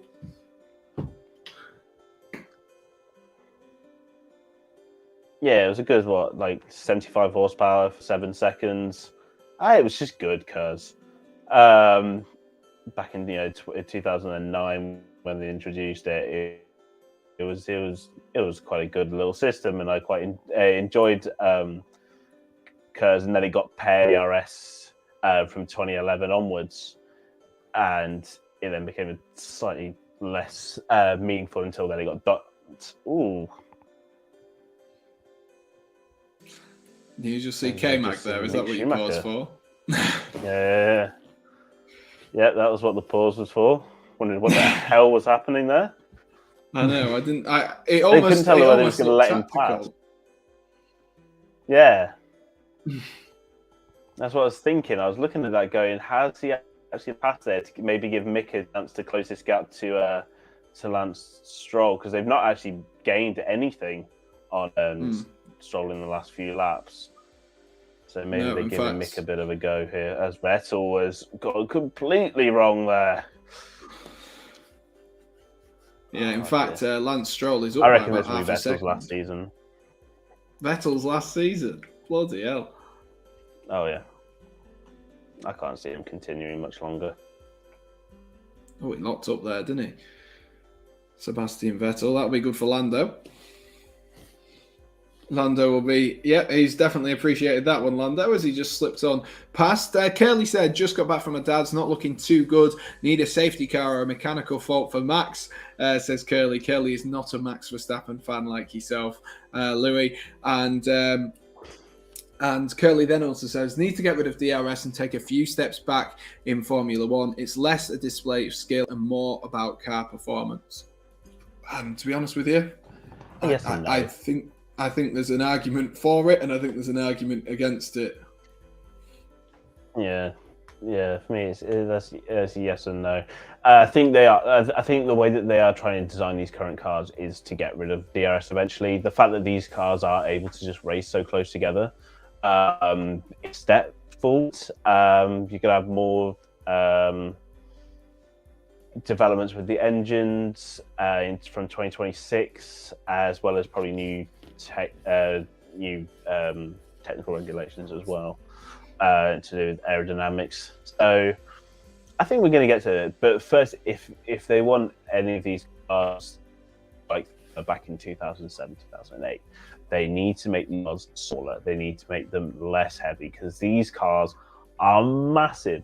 They are huge compared to the likes that we saw in 2007, 2008. These cars are 2 meters long. They're almost, a meter and a half wide. And in any track, that's just going to make these cars incredibly difficult to race side by side, because a lot of tracks aren't good enough to be able to deal with two cars going side by side. And it's just the problem that modern F1 is kind of facing. They just need to start getting these cars smaller, getting them more lightweight, and a lot of the weight comes from the current engines. These engines are incredibly complex, they're incredibly big, they're incredibly heavy. So hopefully, when the new engine regulations come in 2026, we might see a bit more simple, a bit more refined, and possibly a V4. So enjoy that. I'm just looking. How is Latifi 33 seconds behind Yuki Tsunoda? What has Latifi been doing? He's pitted again. Has he pitted again? I was like, what? How is he 33 seconds behind? He's back on the medium tyres now, so yeah. Right, let's have a look.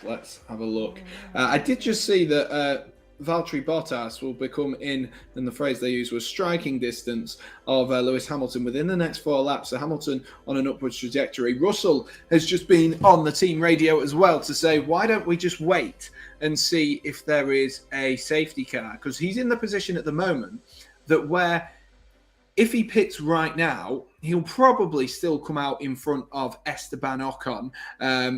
He'll definitely be in and around Esteban Ocon at this current moment in time. So for George Russell, he's just going to be, well, on the back of the current fight that he's already in, if you know what I mean. He'll just be a little bit further off. So George Russell asking the question, and the Mercedes team happy to go with it and see if there is a safety car or anything to change. Yeah, absolutely nothing to lose. And a lot to gain for George Russell. He's making those work a dream. Almost 40 laps into this race, and he's still on those tyres. as Christian Horner, they're looking to the sky. Are they thinking there could be a flash bit of rain? Speaking to the Americans on the podcast, they say this happens in Miami. It will just rain for 10 minutes and it comes out of nowhere. And it will rain hard for 10 minutes and disappear. So, God knows if something may happen there. Who knows what the gamble will be? I know there was there was rain before this. There was rain after qualifying yesterday. There was rain earlier today in Miami. Who knows? Yeah, who knows? Christian Horner did look a bit concerned there. Curly says getting rid of the heating the tyres with blankets was ridiculous. Also makes the I don't know why I read that so weirdly. Also makes the cars undrivable after pitting, as we're going to see. I think that's Latifi getting the blue flag there. Latifi, as Max Verstappen laps his first. I mean, I get what you mean, Curly. I do. I fully understand your point. It does, but to be honest, tire blankets are something that is. I wouldn't say it's F1 exclusive, but it's more. Whoa. Yep, I was waiting for you to get to that. I literally just missed it reading Curly's. Alonso. What's happened? I think Gasly may have an issue now or something. Oh, he proper goes on the inside there. Fernando Alonso. He doesn't give him any room, though. He doesn't give him much room there. I don't know if Pierre Gasly doesn't see Fernando Alonso there and didn't expect him to make a move, and he just tries to cut across him there as we go into lap 40, and that's going to be investigated. Very late. Yeah, very, very late.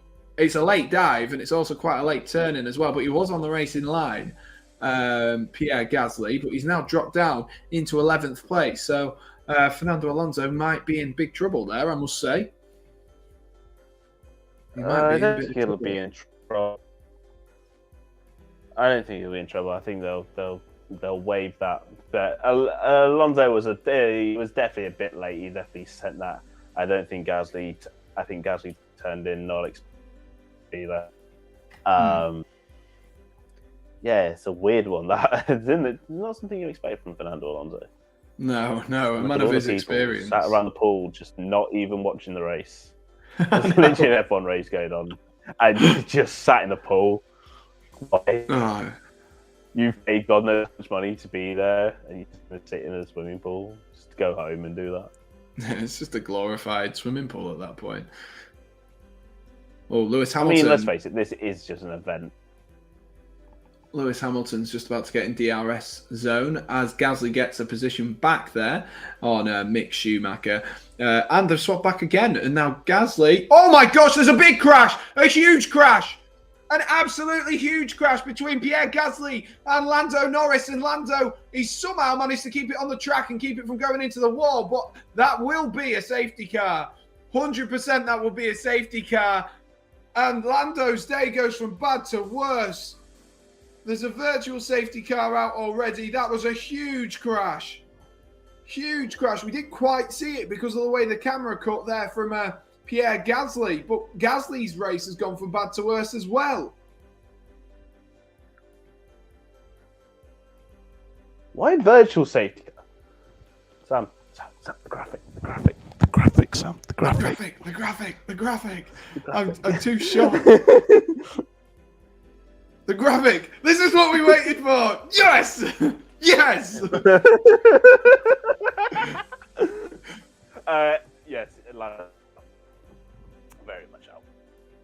Yep, Lando day goes from bad to worse, but Latifi hasn't overtaken him yet, so he's technically not last.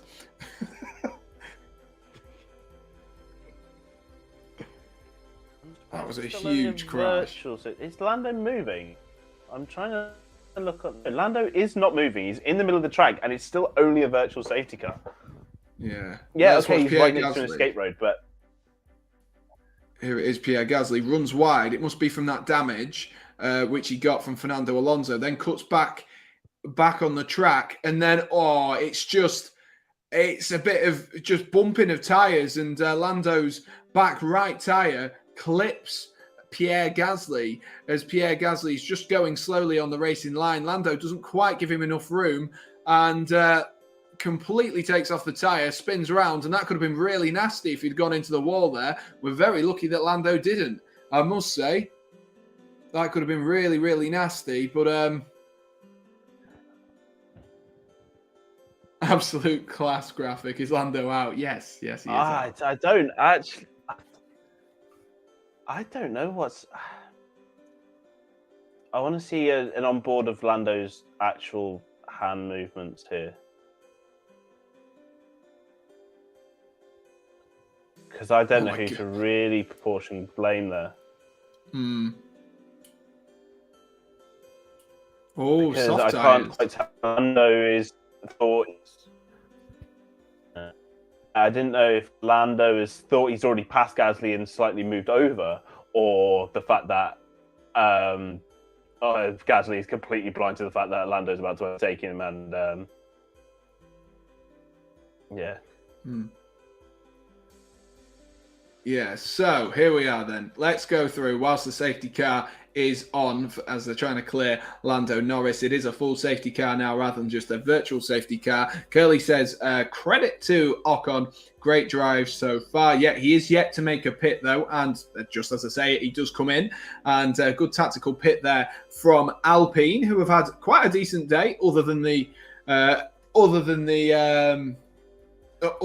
Fernando Alonso making a little bit of contact with Pierre Gasly, which is ultimately, I think, to be honest with you, caused this safety car, because Pierre Gasly then was driving slow. He's, gone off a few corners as well. Richie says, who's winning? It's currently Verstappen, but we are under a safety car, so everyone will be bunched back up once again. Let's just go through for those joining and those listening. Evening to you, Richie. I hope you're doing well, mate. Let's just go through the standings. Louis, do you want to take us through? The standings. Give me a sec. I am currently trying to figure out who's to blame for this crash, but I may be siding towards Gasly, trying to keep my personal bias out of it. But at the moment, it's Verstappen who leads, I would say, by a distance, but we're in the safety car now, so distance is irrelevant. It's about 3 meters, probably. Then it's Charles Leclerc, then Carlos Sainz, who's rounds got the top 3. Perez, who is now pitted. I should definitely should mention that. As Fernando Alonso has got a 5-second time penalty for that crash. I am shocked. I am actually shocked. I didn't expect that, but okay. So Perez, who is 4th, but he is, as I was about to say, importantly, he's now on the soft tyres. He has pitted again and put the softs on for the remaining 14 laps of this race. Then it is Valtteri Bottas, Lewis Hamilton, then George Russell, who is now a fresh set of medium tyres, and Lewis Hamilton is actually coming in. Has Hamilton come in? Oh no, Russell's come in. Oh no. Sorry, my graphics not updating to tell me who's on what tyre right now. They're just on the team for radio. Hamilton. Yeah, they're just on the team radio to Hamilton now, saying, do you want to come in now? Do you want to do it? And they're just discussing it between them at the moment. Fraser's back. Good to see you. I'm doing well as well. Thank you, Richie. Hopefully we can see some spice something up in this race. I hate to say it, but the safety car was maybe just what we needed, just to spice this race up a little bit, to give Charles Leclerc an opportunity. 100%. Definitely needed this. But anyway, to continue. Then Fernando Alonso in 8th, Mick Schumacher in 9th, on for his first ever points. Go Mick. But then Esteban Ocon in 10th, Alex Albon in 11th. Got to give props to him. He's done a mega job. Kind of goes under the radar, does Alex Albon. 12th, Lance Stroll. They've now finally stopped for new tyres. Then it's Kevin Magnussen in 13th, Vettel 14th, 15th, Pierre Gasly after accident with in 16th, and Latifi is now ahead of Tsunoda. My God. In 17th and Tsunoda in 18th. Yeah, I tell you what, I questioned Latifi with that 30 seconds, but he's done himself a favour, really, hadn't he? Because he'd already pitted. So he'd already pitted, but I mean, he's going to be anyway on older tyres. But he's up 2 positions. He's the only person between 14th and 18th actually up on position. So make that as what you will. Admittedly, he wouldn't be able to be in his current grid position because there's been too many people who have crashed, but that's not the point. Congrats to Nicholas Latifi. Curly says, hopefully Max will bottle the restart, and a little bit of anger there from Lando Norris with his basketball on his head. Fraser says, good point, Oliver. How can you actually watch cars drive around for 57 laps? See, it's not just watching cars drive around for 57 laps. It's just not. It's not. Why are people actually... the same thing about any sport. Yeah, sorry, I was just going to say, why are people actually on the yachts? Why? Because they pay to sit there. That's so stupid. Oh, God. If they paid like thousands and thousands of dollars to sit on those boats. Unbelievable. What is it? Bicycles for 57 laps? Well, no, it's like you could say about football. How can you sit and watch someone kick a ball around a field for 90 minutes? You can say about anything. Oh, tennis, yeah. How can you sit and watch someone hit a ball over a net? Yeah. You can dumb down any sport to like its bare principles and make it sound boring. But if you don't watch it, you're not a fan of it. Then people who are not fan of people are a fan of Test cricket. That goes on for 5 days. People watch it because they're interested in it. It's just a thing. Yeah, absolutely. I was wondering if we were going to see an onboard there with Lando with a crash, but doesn't look like we will. But footy is fast paced. I mean, to be honest with you, I don't think you get any quicker than a 200 mile an hour Formula One car, Fraser. I'm not going to lie to you. I'm not going to lie to you at all. But let's see. We're going to have the safety car. I don't know if we've got the safety car in yet. We're currently listening to Christian Horner, hence why I'm still talking. Because get ready with the graphic to go green, Sam. Yeah, we're green. We go racing. We go racing. On the safety car.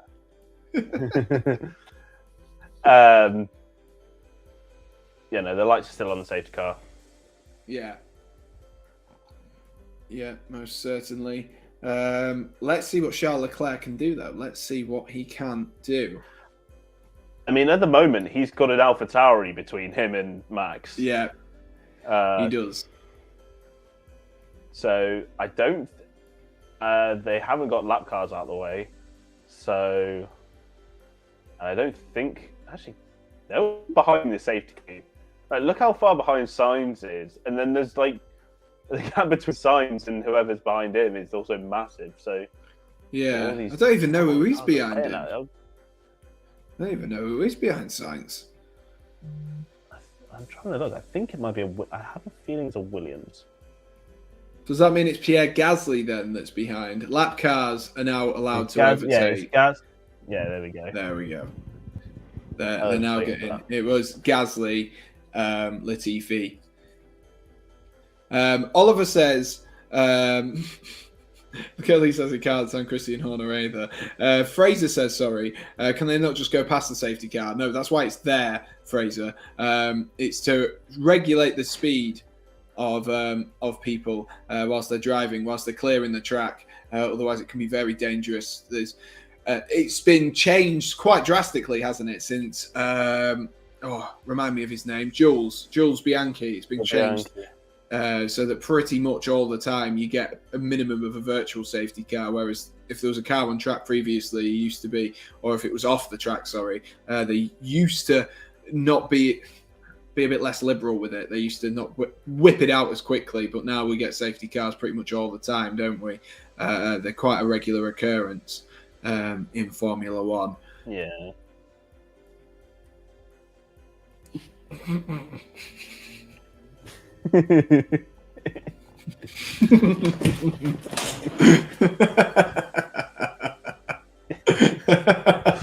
All I just is cry more.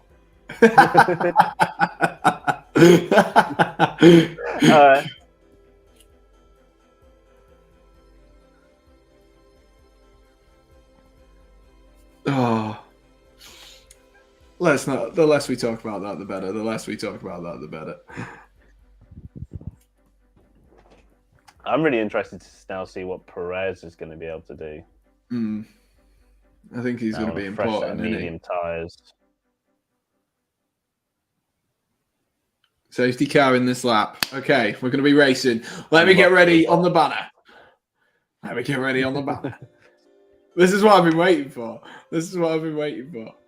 I even made a red flag one on the off chance that there could be a red flag. I was not taking any risks.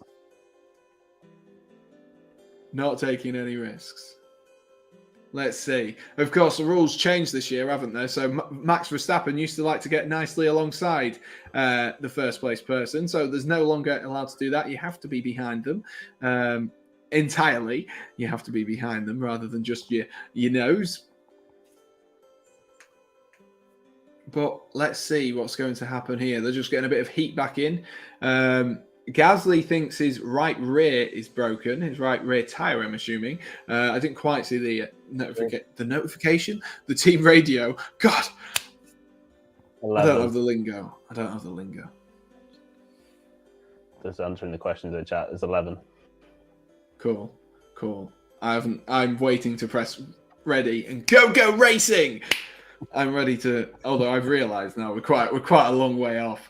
We're going down the back straight now. No, it's very. They've actually said the safety car coming in very early. Usually they won't do it until maybe the cars are entering the midway through the second sector. But I was thinking the lights are still on the safety car. They're still flashing, but the drivers will be aware that the safety car in as Max now backs off. Yeah, they're all down this one straight here. I love that. You can literally see every single car down this one straight, and it's going to be really interesting when we get racing.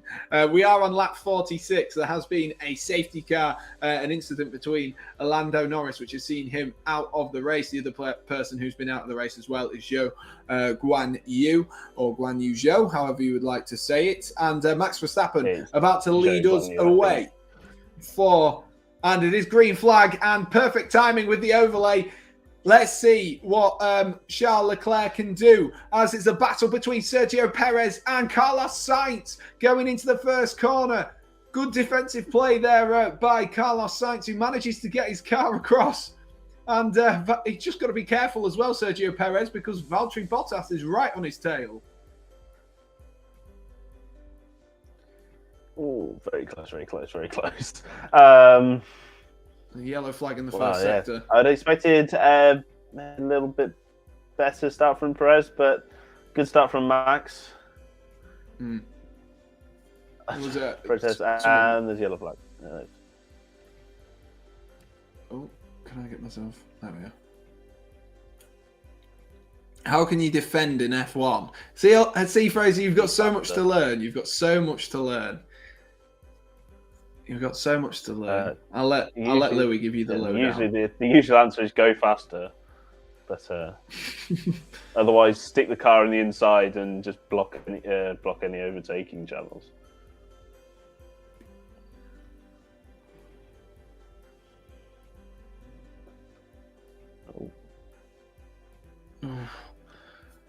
Oh, what I said. Clatter him. I mean, it's not the way that I'd go about it. It happened well in the W Series, though. It is.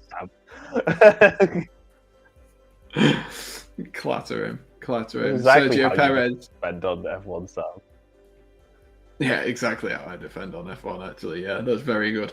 That's a very good point. Sergio Perez just a bit too far down there, coming back into turn one. Valtteri Bottas is still in his DRS zone. Lewis Hamilton will be trying to get himself past Valtteri Bottas. Those two have stayed pretty much in the same position all race, the pair of them, and Sergio Perez, actually, come to mention it. But there's half a second already opened up between Verstappen and Charles Leclerc. Charles Leclerc needs to be just a little bit wary that he is just dropping off the back ever so slightly, but he does have DRS, which will be helpful coming down the straight, but probably too far to really use it unless he can, through some of these tighter corners, use that corner, the low corner speed that we know the Ferrari has.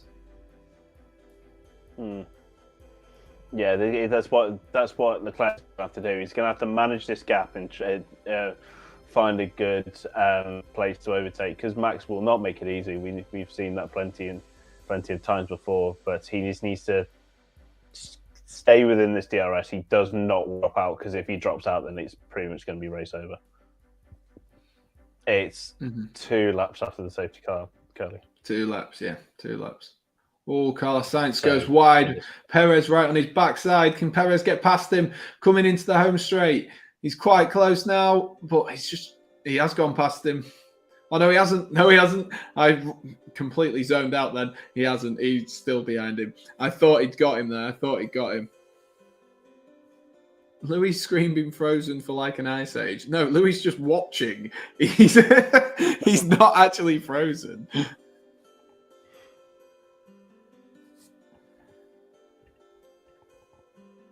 Yeah, so DRS is now enabled.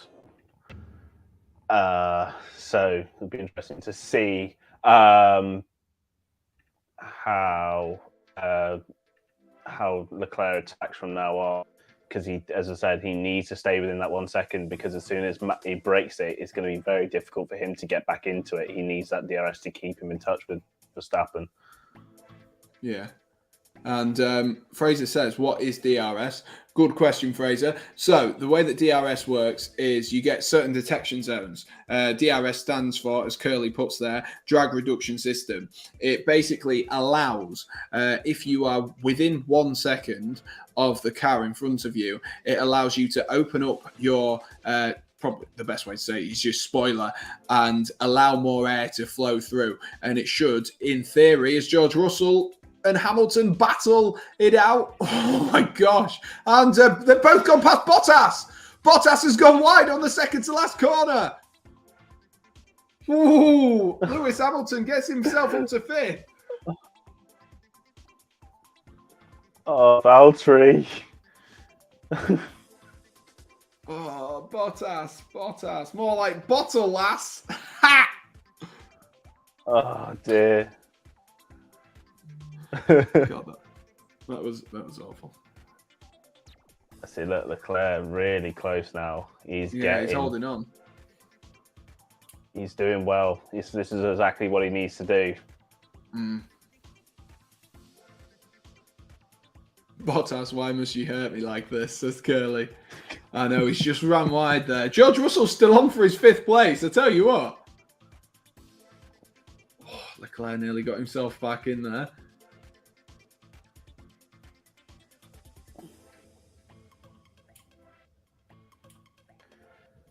Oh, this race definitely needed a safety car, didn't it? I know it did. Oh, you couldn't be more right. You could not be more right.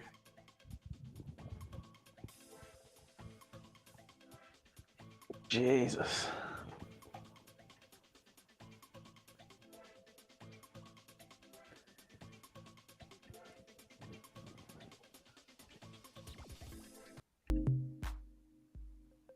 I keep changing the music to see which one actually sounds nice, but one of them is called Feeding the Ducks, and I don't really want to feed the ducks.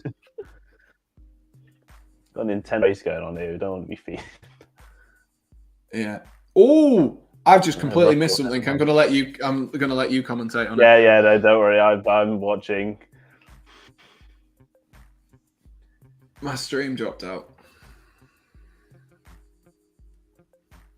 Oh, so Russell now ahead of Hamilton, just waiting for these replays to see whether whoa, Lewis and George go very close, very close to each other there. Wow. But come on, back on board with Verstappen. There we go. This is an intense race. Now that Lando's out of the race, I've got literally just like no one to. Good music, keep feeding the ducks on. Feed the ducks, feed the ducks, feed the ducks.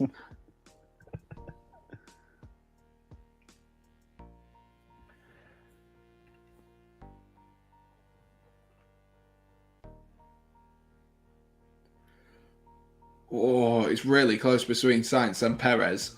Really close at the moment between the two of them. It's incredibly close. It's weird, actually. The gaps between Verstappen and Leclerc to Sainz and Perez is almost identical. Just say it's Ab. Sergio Perez has just absolutely tried to dive bomb up the inside of Carlos Sainz, and I think they made contact down there. That was a huge. Let's have a look. I'll tell you. So here we go. dive. Absolutely sends it. Yeah, I think there was a bit of contact there on the inside. That was a brave, brave move. I think he could have maybe waited another lap. Wow, why has he done that? Oh, come on, Sergio. Why have you done that? That's surprising because now he's. That could have been really, really bad though for the two of them. I tell you what. Oh, Charles Leclerc right on the tail of Max Verstappen now as well. Oh, yellow flag again. No, not at the moment. Not at the graphical update when it's a yellow flag, Fraser. Don't you worry about that one. One more booking and he's off, says Oliver. It was clumsy, wasn't it, from Sergio Perez down there? Yeah, very clumsy. Leclerc needs to take these curves a bit easier. He keeps absolutely leapfrogging that chicane. I don't know how many times his floor can take that before it gives up on him. What happens if a car fuel breaks down? As in, if they run out of fuel, they're out of the race. That's quite it. That's literally it, Fraser.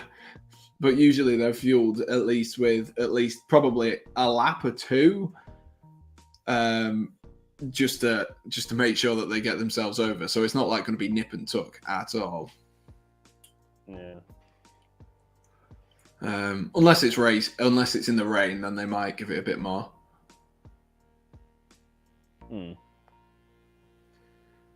Oh, this is getting tense. I know it is, isn't it? It's getting really tense. Can they not just push the car? No.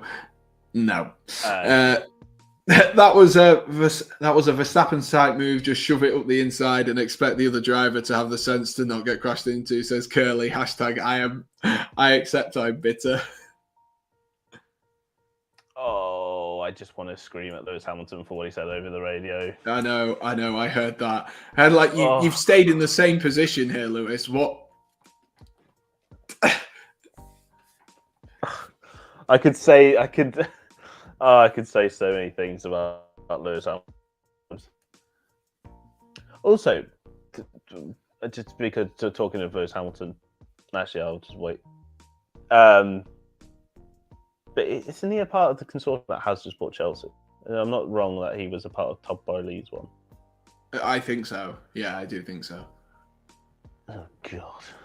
And Serena Williams was also a part of it as well. They've said they're going to invest 1.6 billion. That's what they've promised. There's Ocon. Both Alpines now in the points. But then Ocon's just gone down to 11th. How has Vettel done that? What? Remember, Alonso does have a 5-second time penalty as well. Oh, yeah, he does.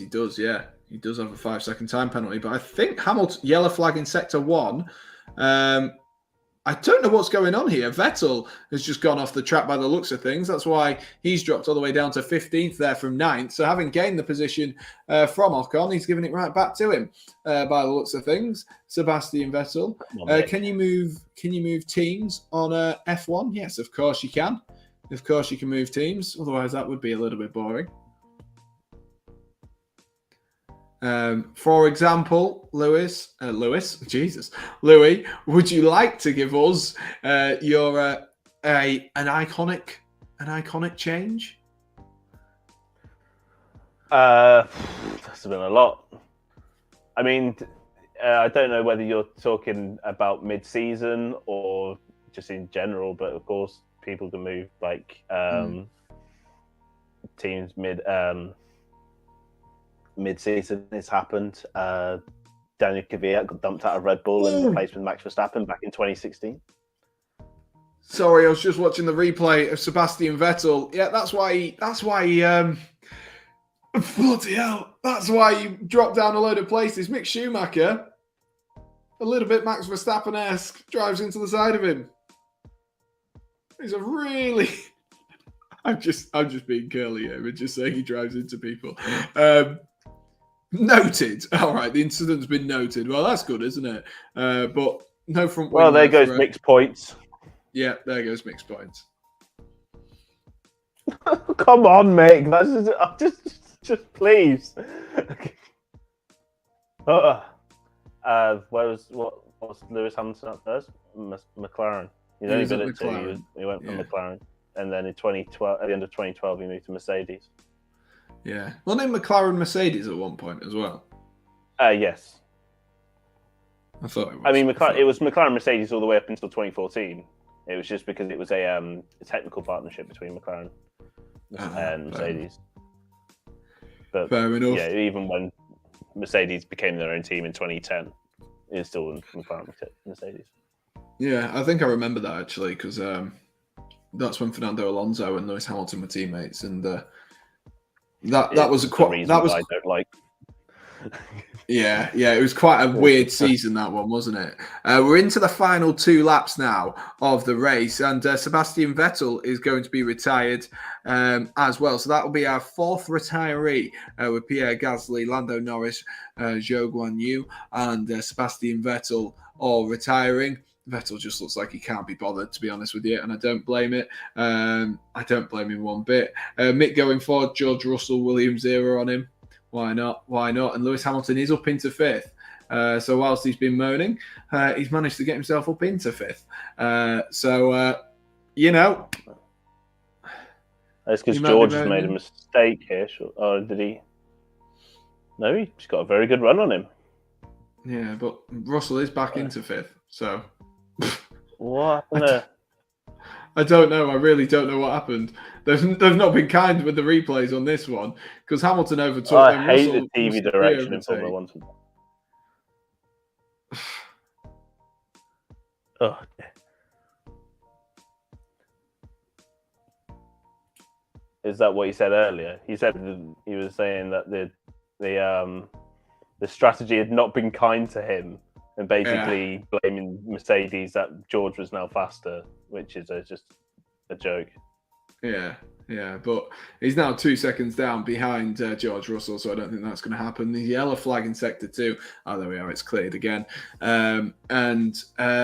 They're just looking at Magnussen, who apparently gained a position. Danny Rick now, 3 seconds is obviously a lot to catch up on Alex Albon, who looks like he's going to get another point for Williams this season going into this final lap. Charles Leclerc has dropped back to 2 seconds behind.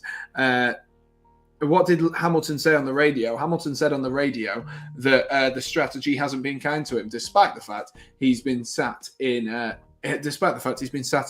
6th place for pretty much the entirety of the race, which isn't really too much of the team's strategy's fault, to be honest with you. The 4 cars in front of him were much quicker, and Russell and Bottas have just swapped around, and it was more of a good strategy for Russell than a bad strategy for Lewis Hamilton. Is the music feeding the ducks? I don't think this one is feeding the ducks. If I'm honest with you, I don't think this one is. As my stream goes down once again. Brilliant. Thank you. But it looks like the very end of the race. Yeah, only missing the important part. But it does look like either way that Charles Leclerc now 3.4 seconds behind us. Max Verstappen looks like he's going to get not only full 25 points for the win. Other than a poor final turn, it looks like Max Verstappen will be winning the first Miami Grand Prix. 26. And he'll take the extra point as well. I didn't quite get a chance. As he comes across the line, he will get the extra point as well for the fastest lap. And Max Verstappen does win in Miami to Charles Leclerc in 2nd and Carlos Sainz in 3rd place. That'll be a good confidence booster for Carlos Sainz. In comes Perez in 4th, and then it will be about 8 seconds behind will be will be George Russell and Lewis Hamilton. So the three big teams finishing in the top six there. And in terms of the midfield, a little bit of a boring weekend for the midfield, but Valtteri Bottas won't care one bit as he sits in seventh place. A good weekend for him. Fernando Alonso and Esteban Ocon. Ocon, what a drive from him. What a drive from him today. All the way from the back. He's finished 8th. They've just swapped him round with Fernando Alonso. He's actually finished 8th, Esteban Ocon. Yeah. 12 places. Unbelievable. Unbelievable drive.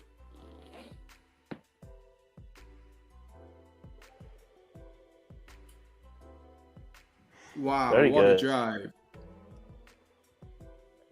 I'm really happy for Alex Albon. I mean, yeah, that was. I mean, it was an all right race. That I mean, it was as dreary and more as a procession as I would have thought it would have been. The safety car definitely helped that race. That race did have a possibility of going very, very stale towards the end, but safety car made things a bit more interesting. And Max Verstappen won, which happy days. Happy days for you. Curly will be fuming. Curly will be fuming. Midfield in F1, yeah, it refers to, when you talk about the midfield in F1, it refers to the teams that aren't in the top three, the typical top three, which is Ferrari, Mercedes, and, oh my God, Red Bull went from my head there. As Max Verstappen's just won, I forgot Red Bull. So basically, it's the best of the rest, is the best way to say it. Curly says Ocon deserves driver of the day, but it'll probably go to Max because of the Orange Army. Louis is not a Verstappen fan, is he? No, God, please. I know. I've had words with Louis about it. But he is the expert. He is the expert, and he's. We'll let him off. We'll let him off. Max, super.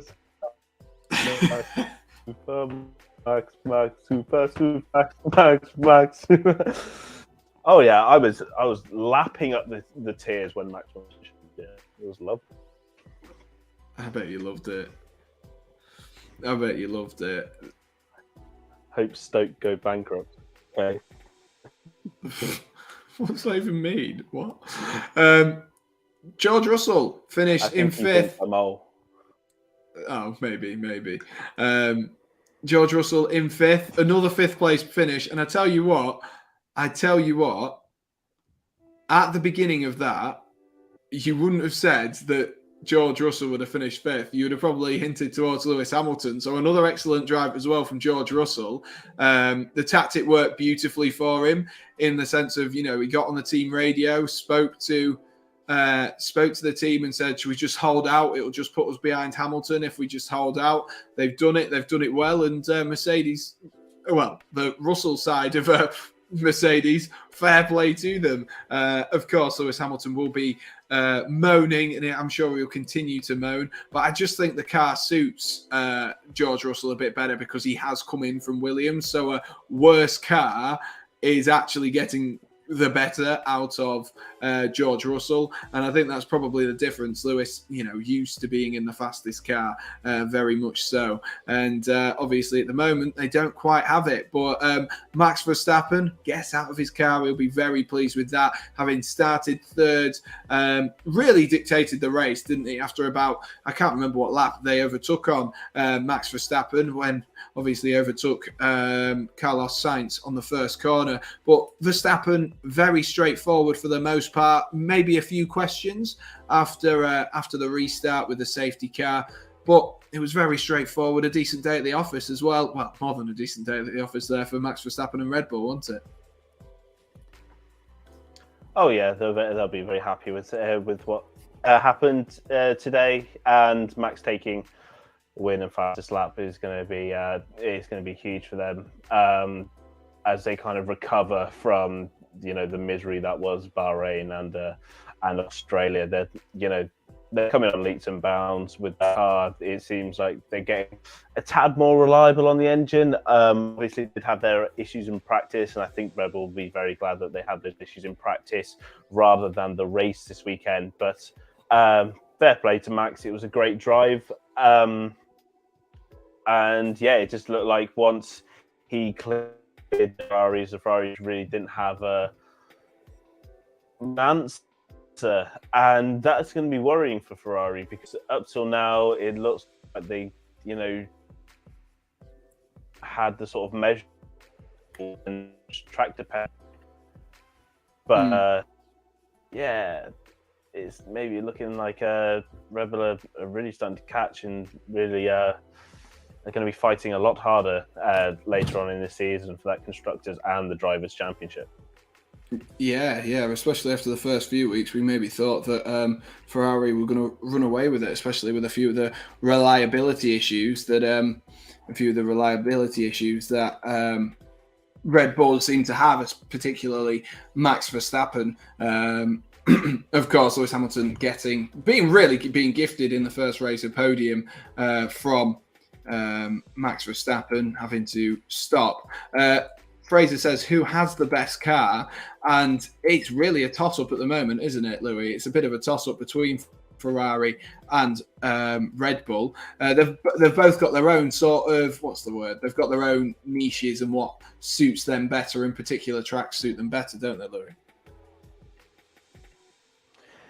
Yeah, I think it's going to be very much a toss-up between Red Bull and Ferrari of who's better. You could definitely say at the start of the season, Ferrari had the better car.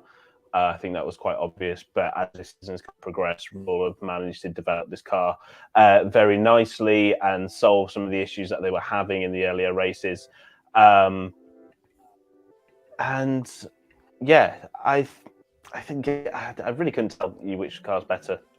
We'll have to wait till Ferrari start bringing some major upgrades, which they will definitely be doing in the European season. But the thing is, then I'd also expect Red Bull to be bringing upgrades as we now move into Europe. So I don't know. I would say probably at the moment Red Bull, but it's not by much.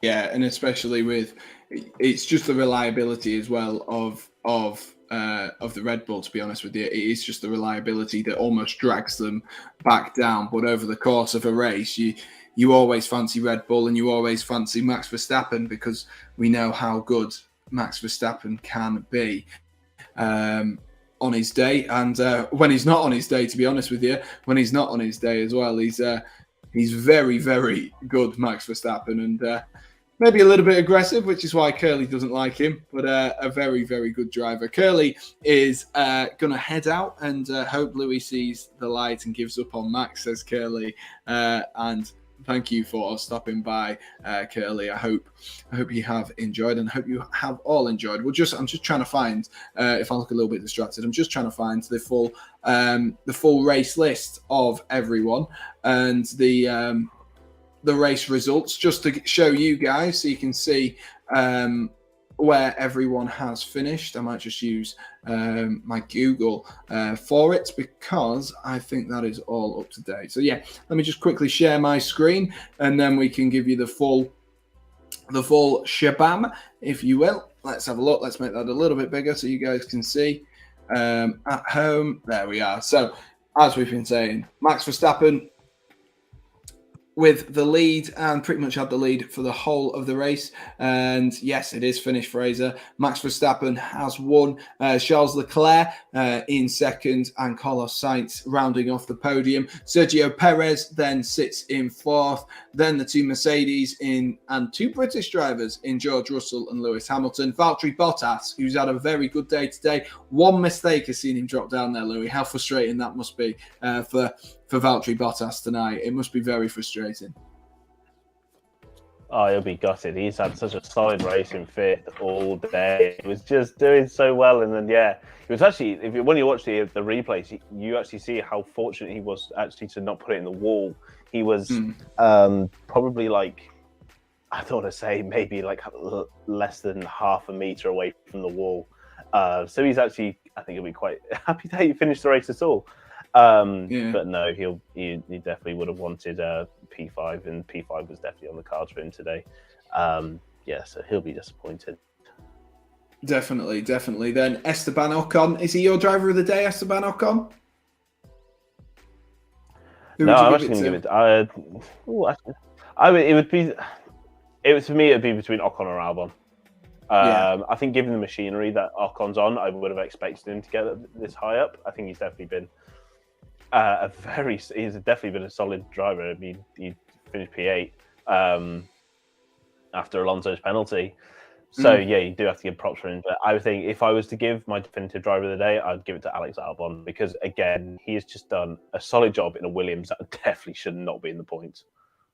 Yeah, absolutely. So Ocon is in 8th, next to his Alpine friend in Fernando Alonso, who must have been overtaken on the final corner because the race director did have that wrong initially and then updated it. Alex Albon, Louis' driver of the day. Ah, yes, that was it. Thank you for reminding me. The 5-second pit. I kept forgetting about that, even though I was the one who called it, that he might be in a bit of trouble. I was the one who called it. I was shocked. Yeah. See, I know. I was going to say I know ball. Then it doesn't quite work with a F1. Danny Rick then in. Yeah, I know tires. I know tires. Danny Rick in 11th place. Lance Stroll, not a bad day for Lance Stroll in 12th. Yuki Tsunoda, I mean, 13th wasn't the best of days for Yuki Tsunoda. I think one to forget for him. Nicholas Latifi in 14th, and then Schumacher, the last one, still running. Kevin Magnussen, when did he DNF?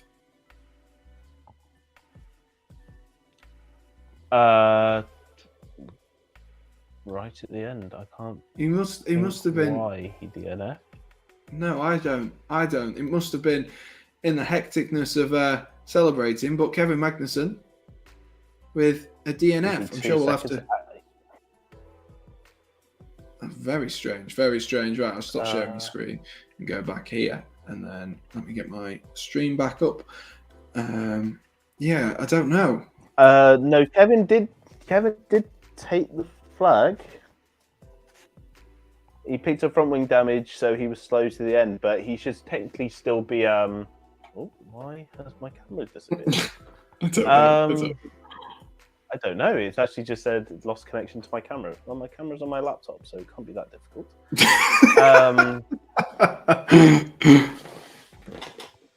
Anyway, you'll just have to see my YouTube icon or just a blank screen.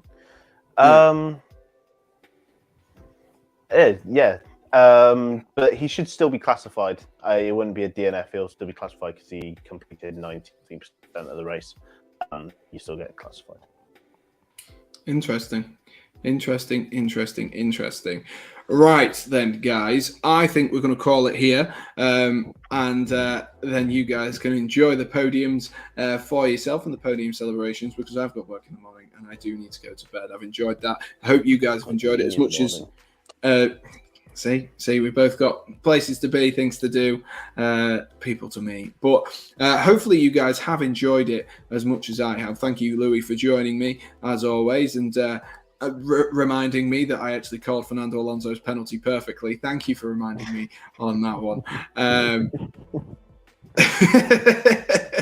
You know tired, Sam. You know tired.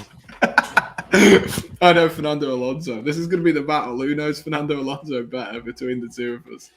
Who knows him better? We're just both so childish. We grew up on Fernando Alonso, and so we're both still in love with him.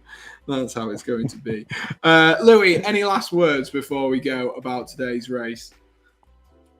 If you want to see more very questionable but somehow slightly popular F1 content or opinions, make sure to check out the Formula One Grid Talk podcast.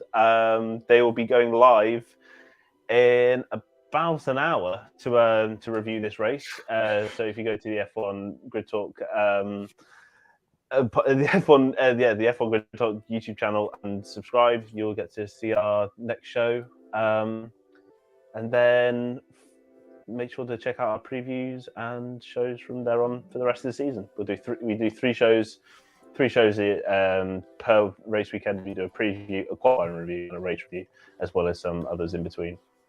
So go check it out. Good stuff. It's good content. Make sure you have checked it out, guys. And, you know, if you want to see more of Louis as well, that is the place to go to find Louis George nowadays. That is and of course, on the Sam Redgate-Large channel. So if you haven't smashed that like button or hit subscribe and you want to see more of the Sam and Louis content, then be sure to do that for us. Thank you for those who have stuck through. I know, obviously, Fraser has been asking quite a few questions, and I really do appreciate you sticking through, Fraser, and, you know, keeping the chat alive. So even if it was just hi for about 20 minutes of it there, but that isn't the point. Thank you for supporting the channel. So we shall leave you guys there. Like I say, it's been an entertaining race. I've enjoyed it. A few thrills and spills, as was expected. Maybe not as many actually than we maybe did expect, looking at the way that Sainz and Ocon both crashed out emphatically in practice. But Max Verstappen did take the flag, and Charles Leclerc just has his lead in the. Excuse me, if I don't get a bit of trapped wind. Excuse me. Yeah, if Charles Leclerc has his lead at the top of the championship, just about cut down, and we're looking like it's going to be those two going a long way. Who knows where Mercedes will be come the end of the season, though. So we shall leave you there. Thank you for watching, guys, and as always, most importantly, stay safe. Cheers.